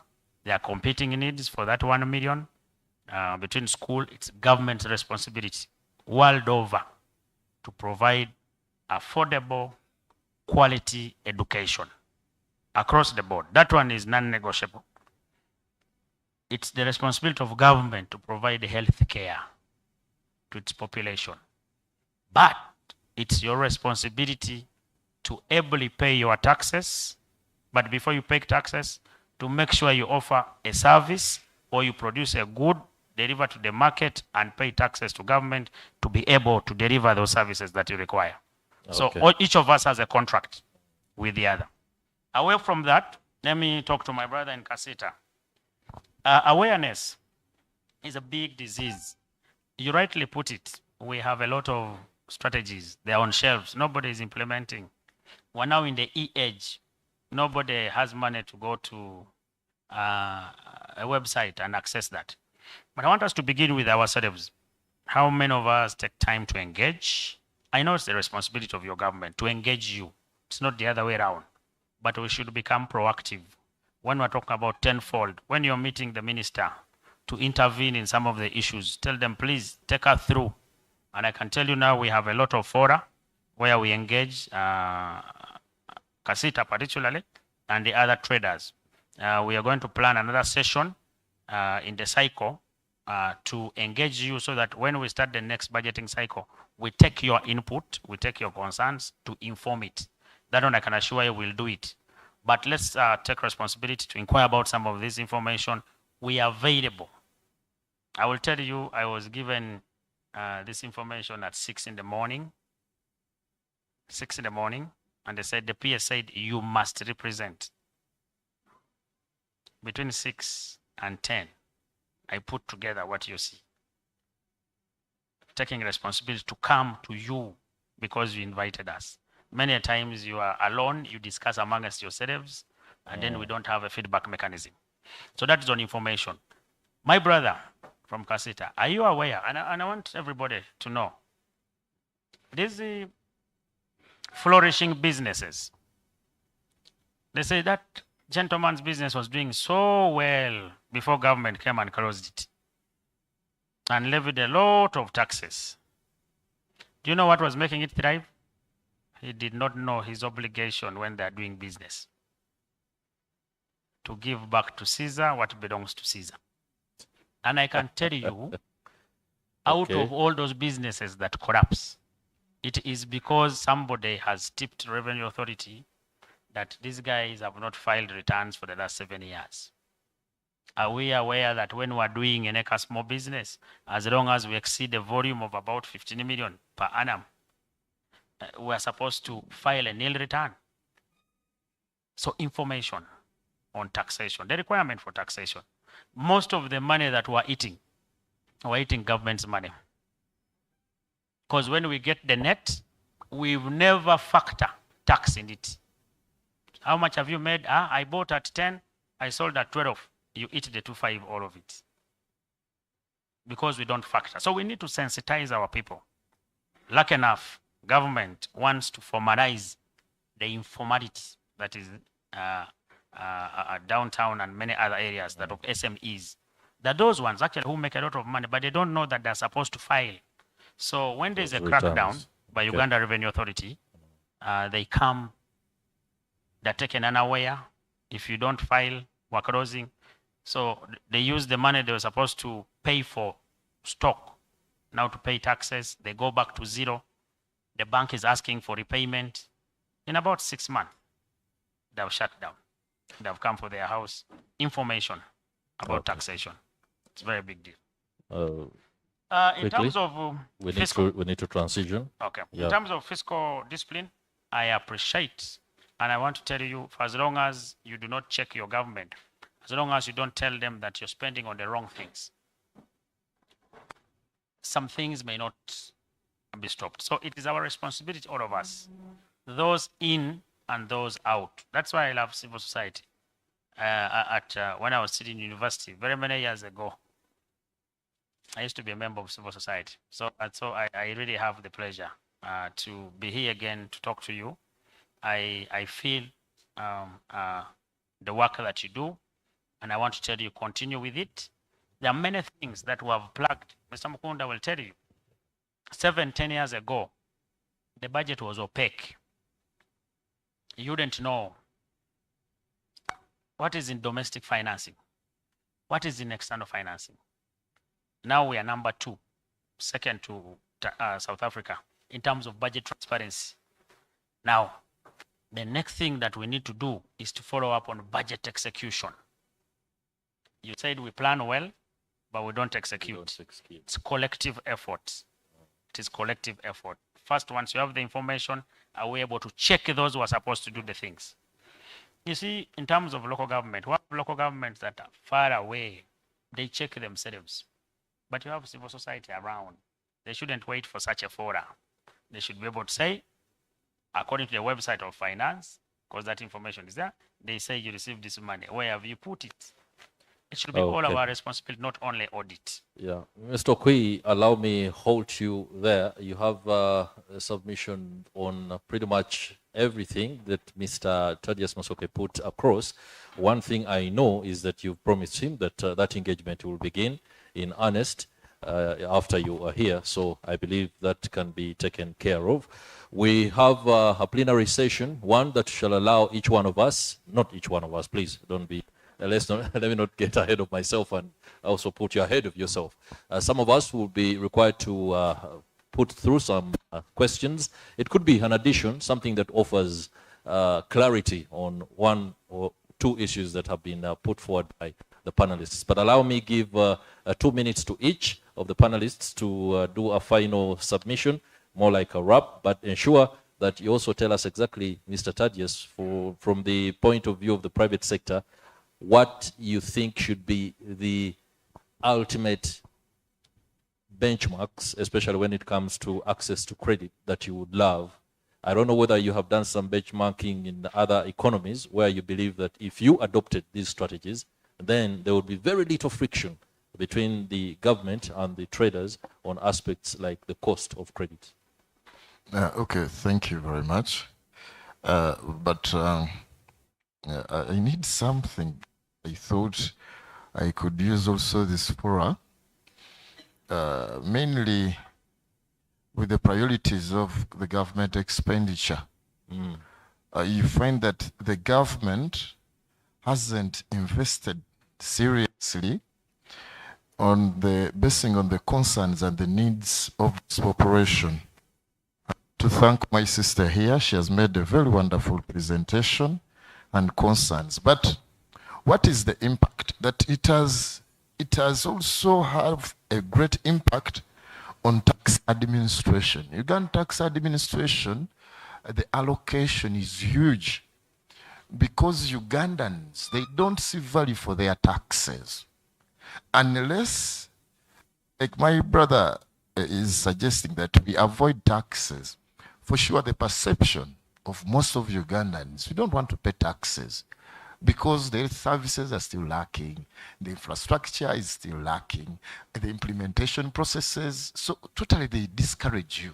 But I think it's our obligation to make sure that we meet our tax obligation. But why do businesses collapse? Because of the high cost of living, because of the high cost of doing business. My brother, this is terrible. That to make the business strive in Kampala, you have to pay for the waste, you have to pay for parking, the electricity costs are very huge.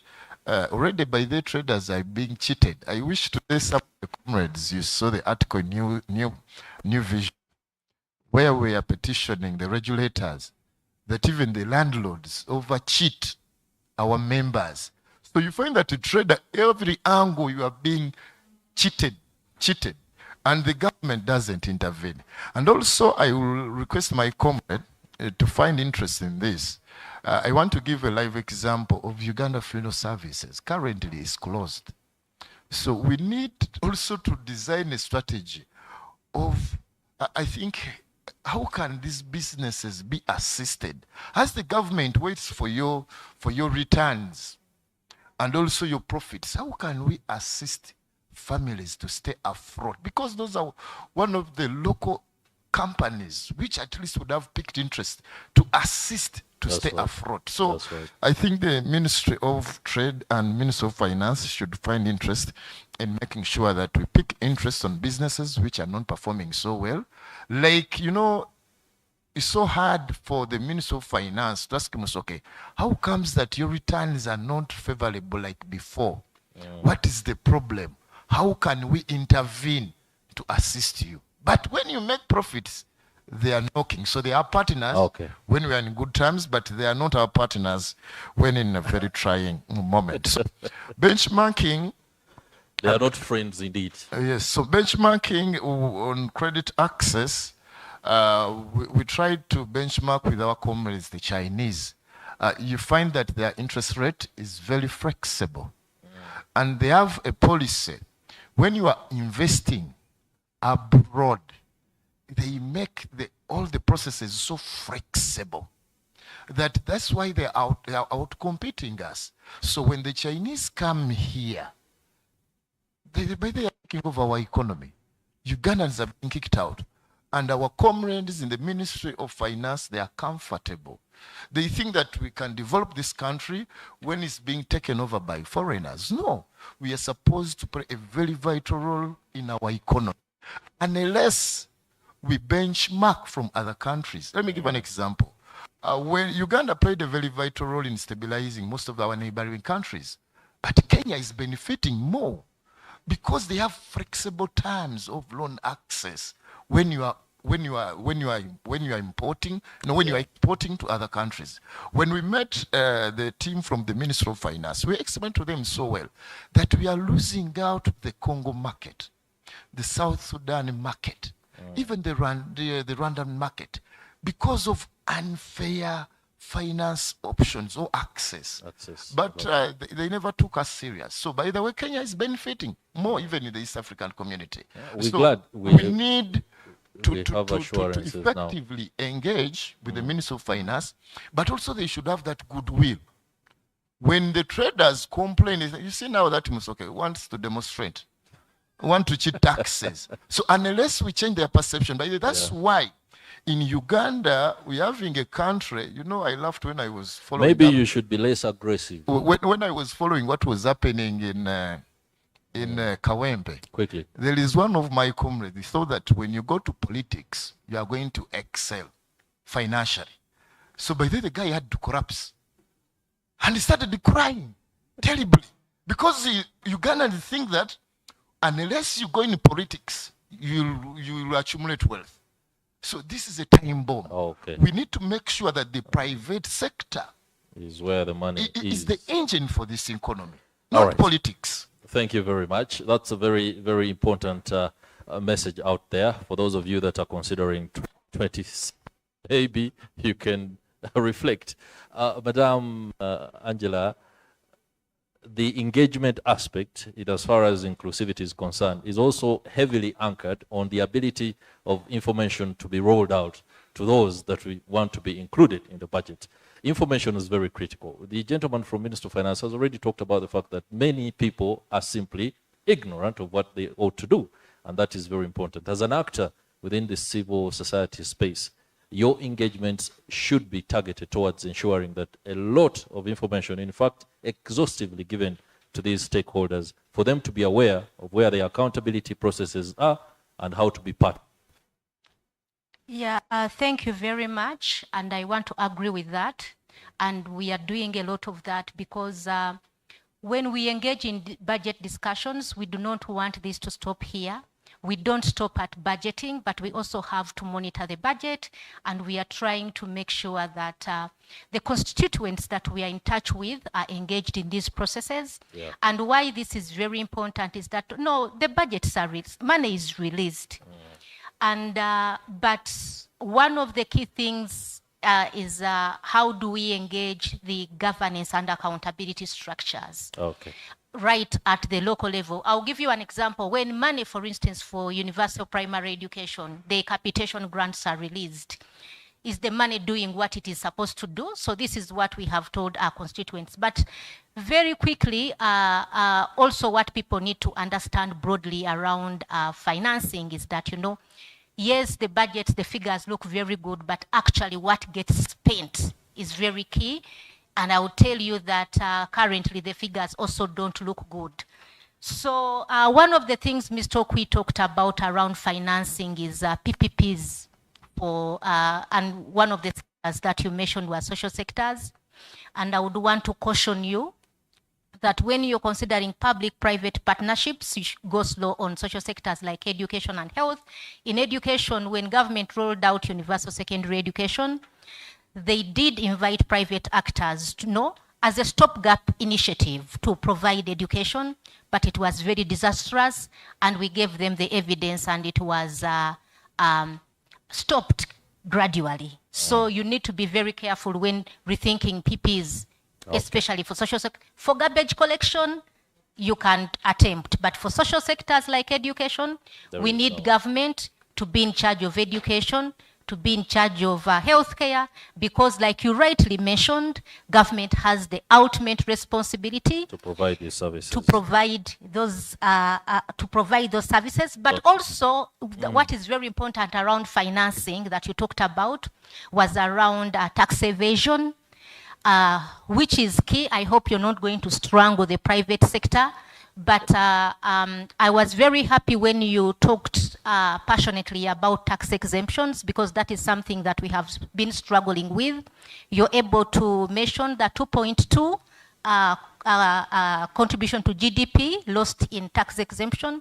But I want to know whether you have finally published a cost-benefit analysis on tax exemptions, because I think we need the evidence around tax exemption. All right, thank you very much. We are nearing the final bend of this dialogue. I would love to now toss the opportunity to make clarifications. No, not clarifications, that's wrong. All the clarification can be made here. But if you have additions, pertinent questions, please ensure that you use minimal time, because we are already out of time. I will have 5 questions, and if I do not pick you to say or add to the conversation, please do not take it personally. This particular conversation can continue on other platforms, and indeed your views can be registered. We have what we call the Citizens National Budget per Scan. Please ensure that you scan, and then we are able to go along. For gender sensitivity purposes, I won't be left out. Let me begin with 2 ladies, and then we shall transition to the gentlemen. 1 and 2, the very... Please be precise. We need to know if it's a question or you're simply informing us or adding to what we already know. Yeah, thank you so much. My name is Eliot Olizara. I work for Women and Girl Child Development Association, but I happen to be the former chairperson for CSBAG. And I have 2 things. One is information, and the second one is it an advice? I don't know the information and advice is the same. Thank you so much. One thing is for Casita. I hear you. I'm a microfinancier for almost 12 years and worked in your markets for 12 years. Nakasero and Owino. And I want to agree with Angela on that matter, that yes, for you are talking about the big loans and the big investment and where to get that money.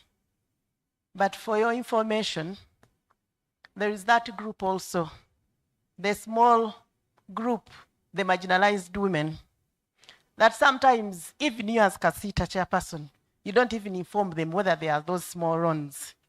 It's information. And it is always good to do that, because if you are talking about making the budget work for the people and prioritizing expenditure for inclusive growth, we are not going to get there if those people are not having that information. Why am I saying that? I went to Equity Bank, I will mention that, for the grow loan. And the first advice I got from one of the managers is, please, Eliot, don't use land, because you are going to be able to get an evaluer who is going to value your land, and you are going to pay. So before you even discuss the interest rate, you have already spent money. Okay. That is information. Can we go back? But then I want to go back to the other side of revenue mobilization. I really wanted to hear from you, Casita. How many business people, I mean the big ones, the men, how many do you have like on the list that they pay this amount of money in terms of tax before you talk of putting together money in terms of savings? That one we need to agree if we want to see inclusive growth. The other one was a question I wanted to ask from Mr. Okwi. Thank you so much. That was amazing. I also do budget monitoring, but it is hard for Uganda to start saying that we have little money. Even the little budget that we have is not put into youth in terms of priority settings. You mentioned in your presentation that maybe we need to ask people, where do we take this budget in terms of budget allocation? But from CSBAG members and Minister of Finance, we have had so many consultative meetings, budget consultative meetings. But if you go back in terms of allocating, just from what Angela mentioned, our priorities have not been taken. How do we ensure that we use the little money without comparing China? We use the little money that we have, that we can be able to equitably reallocate it accordingly. And then we stop talking of how many policies do we have that we are not following. All right. Thank you so very much. Thank you very much. There's a lady right behind you. I'll consider the fact that since the other one, you're seated together, the conversation can be broader within that setting, and then later when you register your views on the on the QR code, we can capture it. Please be very precise. Okay, good afternoon. My name is Claire Atkunda, Food Rights Alliance. Mr. Okwil, you highlighted about the budget call circular. We thank the government that has prioritized food security and nutrition in the strategic direction. However, we've had inconsistencies in the instruction for food security and nutrition in the budget call circulars. We've seen it, I think it has been reinstated for the last 2 years, and our plea is that it is reinstated even in this budget call circular, given that this financial year is the start of NDP4. And also now another question still regarding the budget call circulars. Does Ministry of Finance do reports on how these instructions are being implemented? All right. And how can we access those reports? Thank you. I hope on the desk that is right behind us, we have a rapporteur who is putting down some of these questions that have all to be captured, because when it comes to answering them, it could be a little bit difficult because we are out of time. All right, there's a gentleman behind you in black. I'm going to be very, very... Okay, sir, please. Thank you very much. My name is Francis Iwa. I'm the executive director of a national NGO called CAFOMI, but also chair a humanitarian platform for local and national organizations. And I want to thank all the panelists and also CSBAC for this convening. I have information, but also a question. The information is that when Julius was presenting, he did highlight the role that we citizens play. Unfortunately, the MP who was here has left. Because when it comes to how far we can go to hold what Casita mentioned, that our problem is implementation, then we all have a role to play. How do we play that role? And do we feel government is doing us a favor, or do we make demands of government? Because we are government. It's our resource. The money does not belong to government. It's your tax. If the government borrows, it's borrowing on your behalf. You still have to pay. So it is yours, not government. The question? The question. We talked of the enablers. Thank you very much. But I did not hear you speak about the inhibitors. Now, one of the biggest inhibitor is disasters. Disasters. Because it can wipe out whatever growth. You would have borrowed to build a school, a bridge, whatever it is. We talk, just look at what happens in Kasese, River Nyamwamba, Buruda, whatever it is. Year in, every year, we're talking about the same thing. When you talk about the same thing and expect different results, that's madness. So in this particular instance, when we talk about disasters and financing it, we have a pending issue called the disaster bill, which is a key tool for resource mobilization. Now that Donald Trump has showed us what patriotism is, hopefully we also in this part, we begin to wake up, okay? Yeah. Because that basically means that we can resource mobilize domestically, okay? But also we can resource mobilize through crowdfunding externally. That will be your FDI in humanitarian response. So please. I'm glad you provided some answers to the question. And let's hear from the planner very quickly and then on to the panel so move forward. Thank you very much. I'm not a planner. I'm sitting among You're the sitting planners. among planners, all right? Yes, Hey. I am Executive Director, Nebi District NGO Forum. Oh, my apologies. Operating Nebi up to Zombo. I work closely with them after all. Yeah. The issue I wanted to bring, I meant it for Minister of Finance, but has been acted by Lady Angela. On PPP as an approach, we believe in some rural areas, like West Nile, Zombo particularly, and Old Greater Nebi. You know, much as it is government role to provide service, social service like health, education, you find the infrastructure is very low in some area.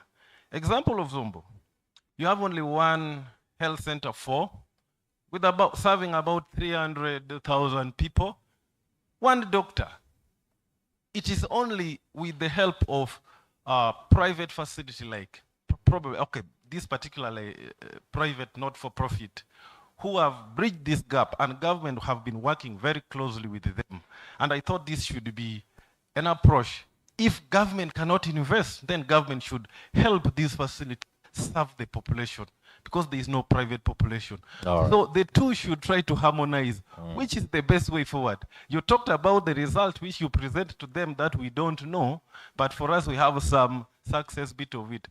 Of course, if government can do it, well and good. If it can't, it must work with this population. Thank you. Okay, thank you very much. Let's, gentleman from Ministry of Finance. I believe the wider structure of questions. We request for just a second and make a submission, then we can allow the panel to come in. All right, I see. Spog, shut. Thank you so much for that affirmative action. Okay. My name is Claudia Pugh. I come from Lira. I am the current chair CSBAG. Mine is basically about the imports. When Julius was presenting, he talked about one of the things we are importing a lot is oil, vegetable oil. I come from a oilseed country, that is Lango sub-region. We do a lot of farming around oilseeds. And every time we see different trailers, the tanks, bringing oil to Kampala. We thought the market was in Kampala. It is today that I have realized it is not even in Kampala, because again we are importing. That means ours is going out. So I want to implore this room, including Ministry of Finance, can we engage investors? Can we engage, like one of them, Bidco? I remember they destroyed our forest very well, that they were going to plant palm oil. Why are we again importing when they have used the 10,000 hectares among all the other investors that are investing on oil? Otherwise, we shall be talking about diseases coming in because we don't know how the other people have been able to manufacture whatever they import here, and yet we can consume ours even locally and continue surviving. That was my concern. Thank you. All right. Thank you very much, Mr. David Okwi. The majority of the questions seem to be projected for you. Please do get on with clarifying, answering, but also reassuring. Civil society, advocacy, transparency, accountability.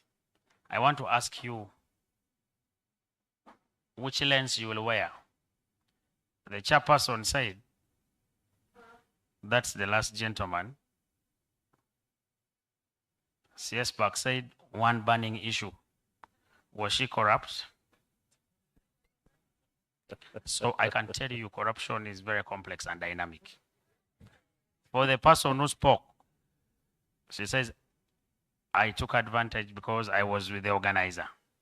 How about the ones who don't have access to the organizer? The number of hands I saw. So corruption is a very complex issue. Depends on the perspective and what lens you wear. Okay. So that was a by the way. Anyhow, you raise very formidable issues. You raise very concrete concerns. I've been noting many of them. I will do a report to the person you invited, who is the ST. I'll brief him about the issue, our deliberations, our discussions. But just to respond to a few. Quickly. My brother, from another world, I do training, business, enterprise coaching. I have amassed a number of experiences working with many people. I am also a businessman. I also employ about 100 people. I will tell you, the way you don't want to pay tax is the same way I don't want to pay tax.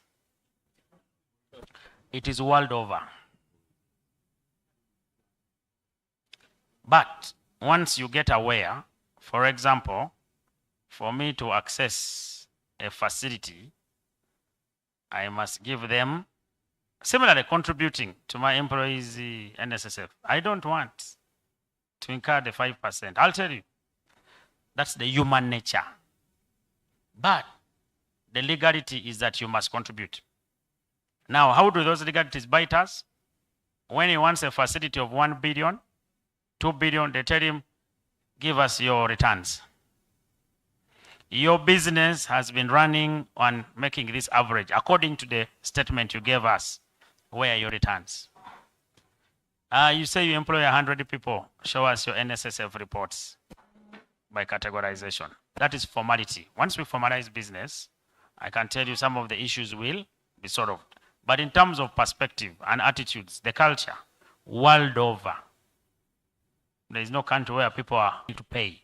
But because it's embedded into the governance structures, we comply. Now, the reason why many businesses collapse, I want to give my brother, I know you'll not discuss about it, but this is it. By the way, Uganda is in Africa, it's the most enterprising country. Meaning everybody has a business idea to solve a problem, take advantage of an opportunity. But these are the challenges we do have. We don't do market research. In one of the conversations I had with Mr. Ruperelia, I asked him, there is this hot cake. I don't see you investing in it. He told me, please don't invest because people are investing. Don't invest because there's demand. Invest in where you have a passion. He said, I have found my passion. The reason I've been successful is I invest where I have passion. So that I sleep it, I dream it, I walk it, I watch it, I learn it every single day. I learn lessons. Okay. We don't do market research. Two, we don't have records. When they ask you, hey, you're doing good, show us how, where are your purchases, where are your... We don't keep records of many of the things we do. Those are just some of the issues that are why we don't really sustain our business. Then, of course, the other one, we don't pay our taxes out of ignorance, but also out of culture. Some of the issues that we have. Back to... very quickly. BCC, we track the BCC by ensuring that once they submit, we look out those areas that we ask them to prioritize. Planning is one thing, executing is another. We are only able to follow it post-execution after every 3 months when they submit quarterly reports. Say, you planned this, you did this, can you explain? We want to interest all of you to join us and ensure that we follow these people and ensure that they're accountable. On contingency, we have done what we call integrated planning and budgeting. We no longer call them risks and challenges. We call them opportunities. So once you have an opportunity, you must plan for it. Either you harness it or you mitigate the danger or you enhance the benefit that you'll get from that opportunity. So we embed it. The law, however, requires that we set up a contingency fund, that we should put a given proportion of our budget in it. We tried year 1, year 2, year 3. Within the first 1 month, it was depleted. Why? When you finalize the budget, you have locked out other needs, which later you call unfunded priorities. Now, during execution, those unfunded priorities come in and become more urgent. So you first deplete the contingency before the real contingency comes. So, but as resources keep coming, now that we're on tenfold, it is going to be prioritized. In terms of utilization of resources, I take the message. And all of us should ensure that you put in 1 shilling, you should be getting 7. The World Bank assessment done on Uganda's projects, we only get, for every $1 they put, we get 2 cents, meaning 8% goes into waste. But we can ensure that we work on our systems, improve efficiency, and make sure that the value for money is higher. The return is very higher. Why? Have robust systems for planning, robust systems for procurement, robust systems for execution, monitoring, and ex-post evaluation. In terms of investors, our policy is straight. FDI, we should attract them. We have what we call import substitution and export promotion. Those are 2 policies we are pursuing concurrently. So again, while you pursue the 2, you need to be careful. We run a market competitive economy. If you want something imported from South Africa because of either quality considerations or requirements, we can't stop those imports. It's your demand that drives them. Government will make sure that first we used to import nearly almost everything from Kenya, from plastic to everything. But we've not stopped importing plastic. I will tell you, even apples, we have apples coming from Cairo, yet we have apple farmers in Kabale. Irish potatoes come from Kenya, come from South Africa. Why? Because some people say our quality is compromised. So when you're running a market-based economy, you can't lock out others. As long as people demand, they'll come. But the easiest way to stop it is by discouraging demand. Tax it higher, or do awareness, promote boo-boo, and the likes. But overall, we try our best to ensure that that is put in place. All right. Think largely most of them have been and on that note, I would like to halt you in your tracks. We are very much emboldened by the information shared, the clarifications made, and of course, everything else that was presented. There are aspects that were supposed to be tackled in the questioning, but I realized they had already been tackled in the presentation. Okay. Okay. But as she comes in, PPPs is not something we have expert knowledge in. It's an avenue of financing that we are venturing into. You try. At that time, we were so attractive that lenders would give us as low as 3%. But as time evolves, lenders now are giving us at 9%. So we are living government. We run a living budget. You work with the circumstances. It's an approach. It is not an end to itself, but it's a means of trying to achieve those kind of interventions. Can we try it here? She said education was bad. Can we try it in sewage and sanitation? Maybe it will work. Knowledge comes every day and keeps evolving. Yeah, let me just answer briefly. You asked why we cannot try PPPs, for instance, in health. And why I gave the example of education, because government tried it, and why they were trying it is because they wanted to expand access, especially for the underserved areas. But we went to districts where they were implementing, and we found that, especially in the north and the people within those localities were not benefiting. They could not take their children to those schools because the fees were so high.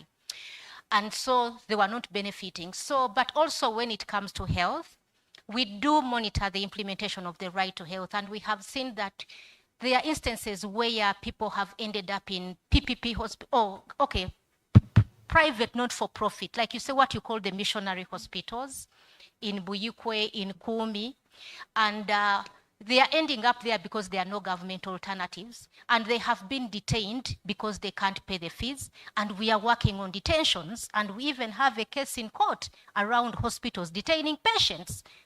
We want court to pronounce itself that hospitals are not detention facilities. But why we need to push government to be able to give us more is that for education, we have got some wins. When they phased out the PPPs in education, we have seen seed schools constructed by government in areas that were underserved. So you see seed schools now everywhere. So which is a win for us. So we also want that expansion to happen in health. But yeah, so, but also as we wrap up, and for us as citizens, and why we have to keep on demanding, we need to hold government to account. So many people in government, including the president, has told us, tighten your belts, tighten your belts. But it is very difficult for us as citizens to do what you're telling us to do. When we are seeing, this luxurious lifestyle, courtesy of our taxpayers' money, Parliament must need some kind of cleansing. So when you talked about rationalization and all that as one of the things for financing, I think that rationalization had to go deeper into some government MDs. But for Parliament, I think what is happening there is obscene, and we need special prayers. Thank you very much. Thank you very much for that. I believe that the opportunity to cleanse Parliament is coming in January 2026. And for those of you that have an opportunity to engage with the population, please let the messages be clear. Tell them exactly what they ought to hear, what they need to listen to, so that they can be able to make the best possible decisions on who is their representative for 2026. A minute, I'll give you 60 seconds of broadcasting time, though I'm not on TV. Thank you, Geni. Mainly, I want to reply my sister. She raised information about Grow Project. It's a concern that most of our sisters have failed to access this facility. As CSITA, we try to partner with them to make sure we sensitize sisters. But after discovering that, again, even if we partner with them, it will not benefit all our sisters, mainly like in the markets, and even those who are trying to formalize, but they haven't formalized. That's why we adopted the Uganda-led business cooperative. So we have our own strategy as CSITA to make sure that our sisters in markets can be facilitated. And even in our work plan, we are going to have several sensitization drives throughout the country in markets to make sure we build the capacity of women in business. I thought that information could be important to my sister. Lastly, the business community for sure pays taxes. When you access the database for Uganda Revenue Authority, mainly our trade community pays taxes. And I won't single them out, but CSITA is a multi-sector association. By the way, where even big entities have are members of CSITA. So I think CSITA members play a vital role on supporting Uganda's budget. Thank you. Okay.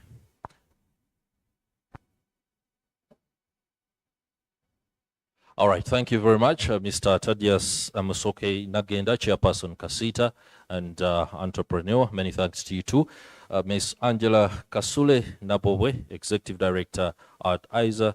Thank you to David Okwi, Senior Economist, Ministry of Finance, Planning and Economic Development. Your submissions, presentations, clarifications, answers have all emboldened our understanding of inclusivity as a pillar for growth and for budgeting processes as we look forward to the financial year 2025-2026. I would like to recognize the participatory budget clubs, PBCs. These are foot soldiers in monitoring the budget at district level. I'm told we have a few participatory budget club members who are with us today. Please stand up for recognition. Can we have a look at those people? Yes. Thank you very much. Those are lovely T-shirts. They do deliver the message pretty well. I hope some people can be able to get them at a certain point. We are also doing a post-assessment of the overall dialogue right from 9 a.m. up until now. This is aimed at gathering critical feedback from you, the participants, on how it was generally conducted. The mode of conducting dialogues like these is varied. Many times it's down to the culture of an organization and a culture of another organization. So it could vary here and there. However, what is important is how effective has it been. That is very important feedback. So you are going to have to scan another QR code that is being presented to you on the tables. That one you'll be able to register that critical feedback so that the next engagement of this nature can be as effective as we all want it to be.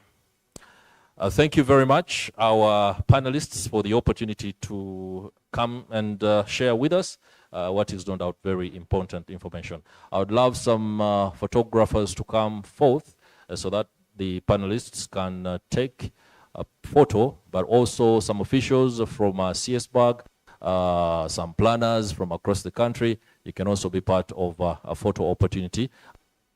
From the photographers, this is your time. No one is, I'm told everyone obeys photographers. So please come and guide us on how best the photo op can be executed. Is it on the platform? Is it down?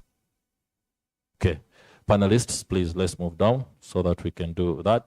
As that is being undertaken, please, to be part of the historic event that this is, no doubt, each of us might want an opportunity or two to be part of this photo op. All right.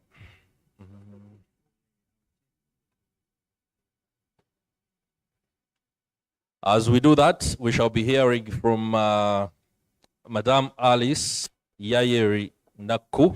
She's the country director at Right to Grow. Country director, Right to Grow. She will be giving us the closing remarks for this particular dialogue. Thank you for the cooperation. The fact that we are in time is commendable. All right, those are the, am I supposed to? I should be able to, hey, they will know. This is the guy who was asking those faint questions.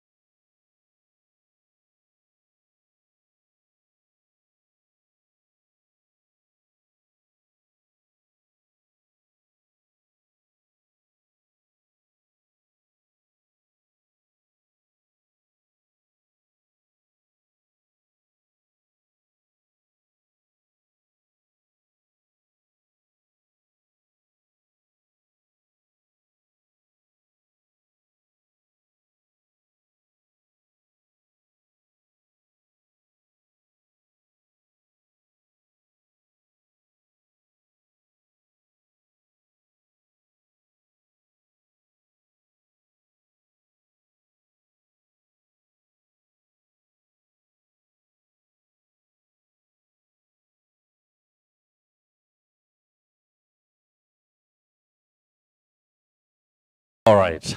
Thank you very much. As you take your seats for our very last ritual, we shall be hearing from Right to Grow, and the director, Alice Yaye Rinaku, is represented by Madame Viola Naebare. So please come forth and let's hear from you as you give the closing remarks. Thank you.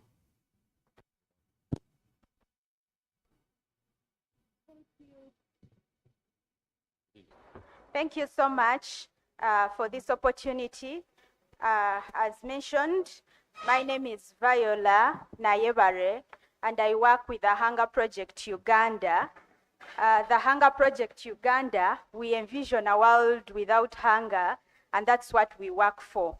So I'm here representing our country lead, and my role is simple.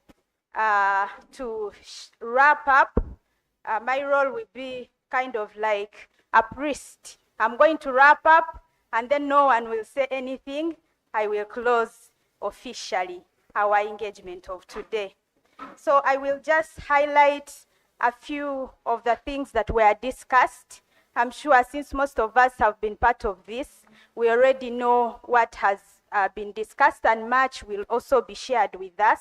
So in the interest of time, I will share a few from the dialogue. Started with welcome remarks from the ED of FRA, Ms. Agnes Cherabo, who appreciated everyone and also mentioned that a budget should be a tool for equity, justice, and inclusion.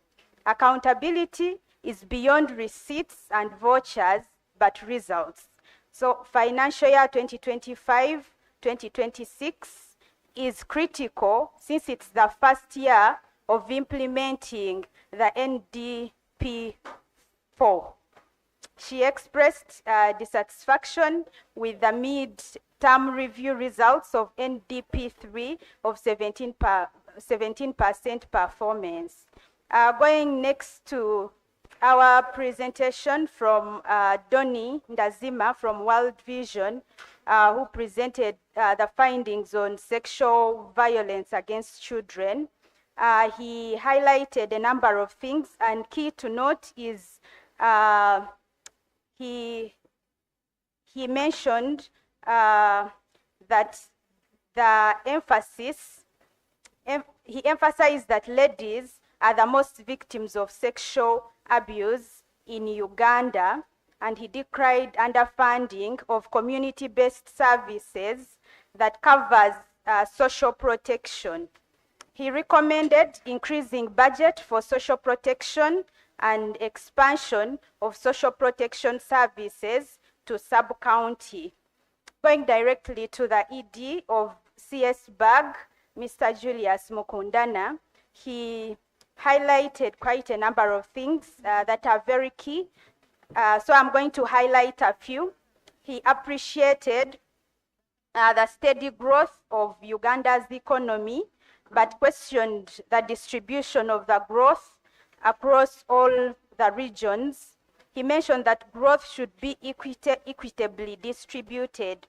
He appreciated government for maintaining inflation within target of 5%, but called upon government to focus on increasing food production rather than increasing the central bank rate, since most of our inflation arises of food supply. I will also add that he pointed out continued investment in risky ventures and loss-making enterprises such as the Bafama, which is at 723 billion. He cautioned the unsustainable pension, especially due to enhanced salaries of science civil servants. He called for action by enforcing fiscal discipline and need for citizens to raise their voices. Going directly to the keynote speaker from the Ministry of Finance, he mentioned that the growth strategy and priority areas of the budget, financing of the framework for financial year 2025, 2026, rethinking the reform of the pension sector, insurance and capital markets, then policy guidance, affordability of credit, non-creation of new administrative units, prioritizing ongoing projects, no new non-concessional financing, and deepening commercial diplomacy. Finally, our panelists highlighted quite a number of things, and I'm going to highlight a few that from the chairman from CASITA. He spoke about the Small Business Recovery Fund and high cost of loan processing in commercial banks. Then Ms. Angela Kasule highlighted the patients getting turned away from the cancer institutes, how troubling that is. And she also mentioned that we need healthy systems that work for everyone. That is a wrap-up of what happened here today. And I just want to appreciate everyone for your time. I appreciate everyone for your patience. I want to say thank you to CS BAG for bringing us here together for this important engagement that we've had, which speaks to budget, and budget is very key in everything that we do as a country. I appreciate all the partners that joined us together, that joined us for this great engagement. My call for today is that we remain engaged. We should not give up, bringing up such very key issues that were raised, and also amplifying the voices of the communities on ground so that their needs and gaps are not forgotten, but they are also considered while budgeting.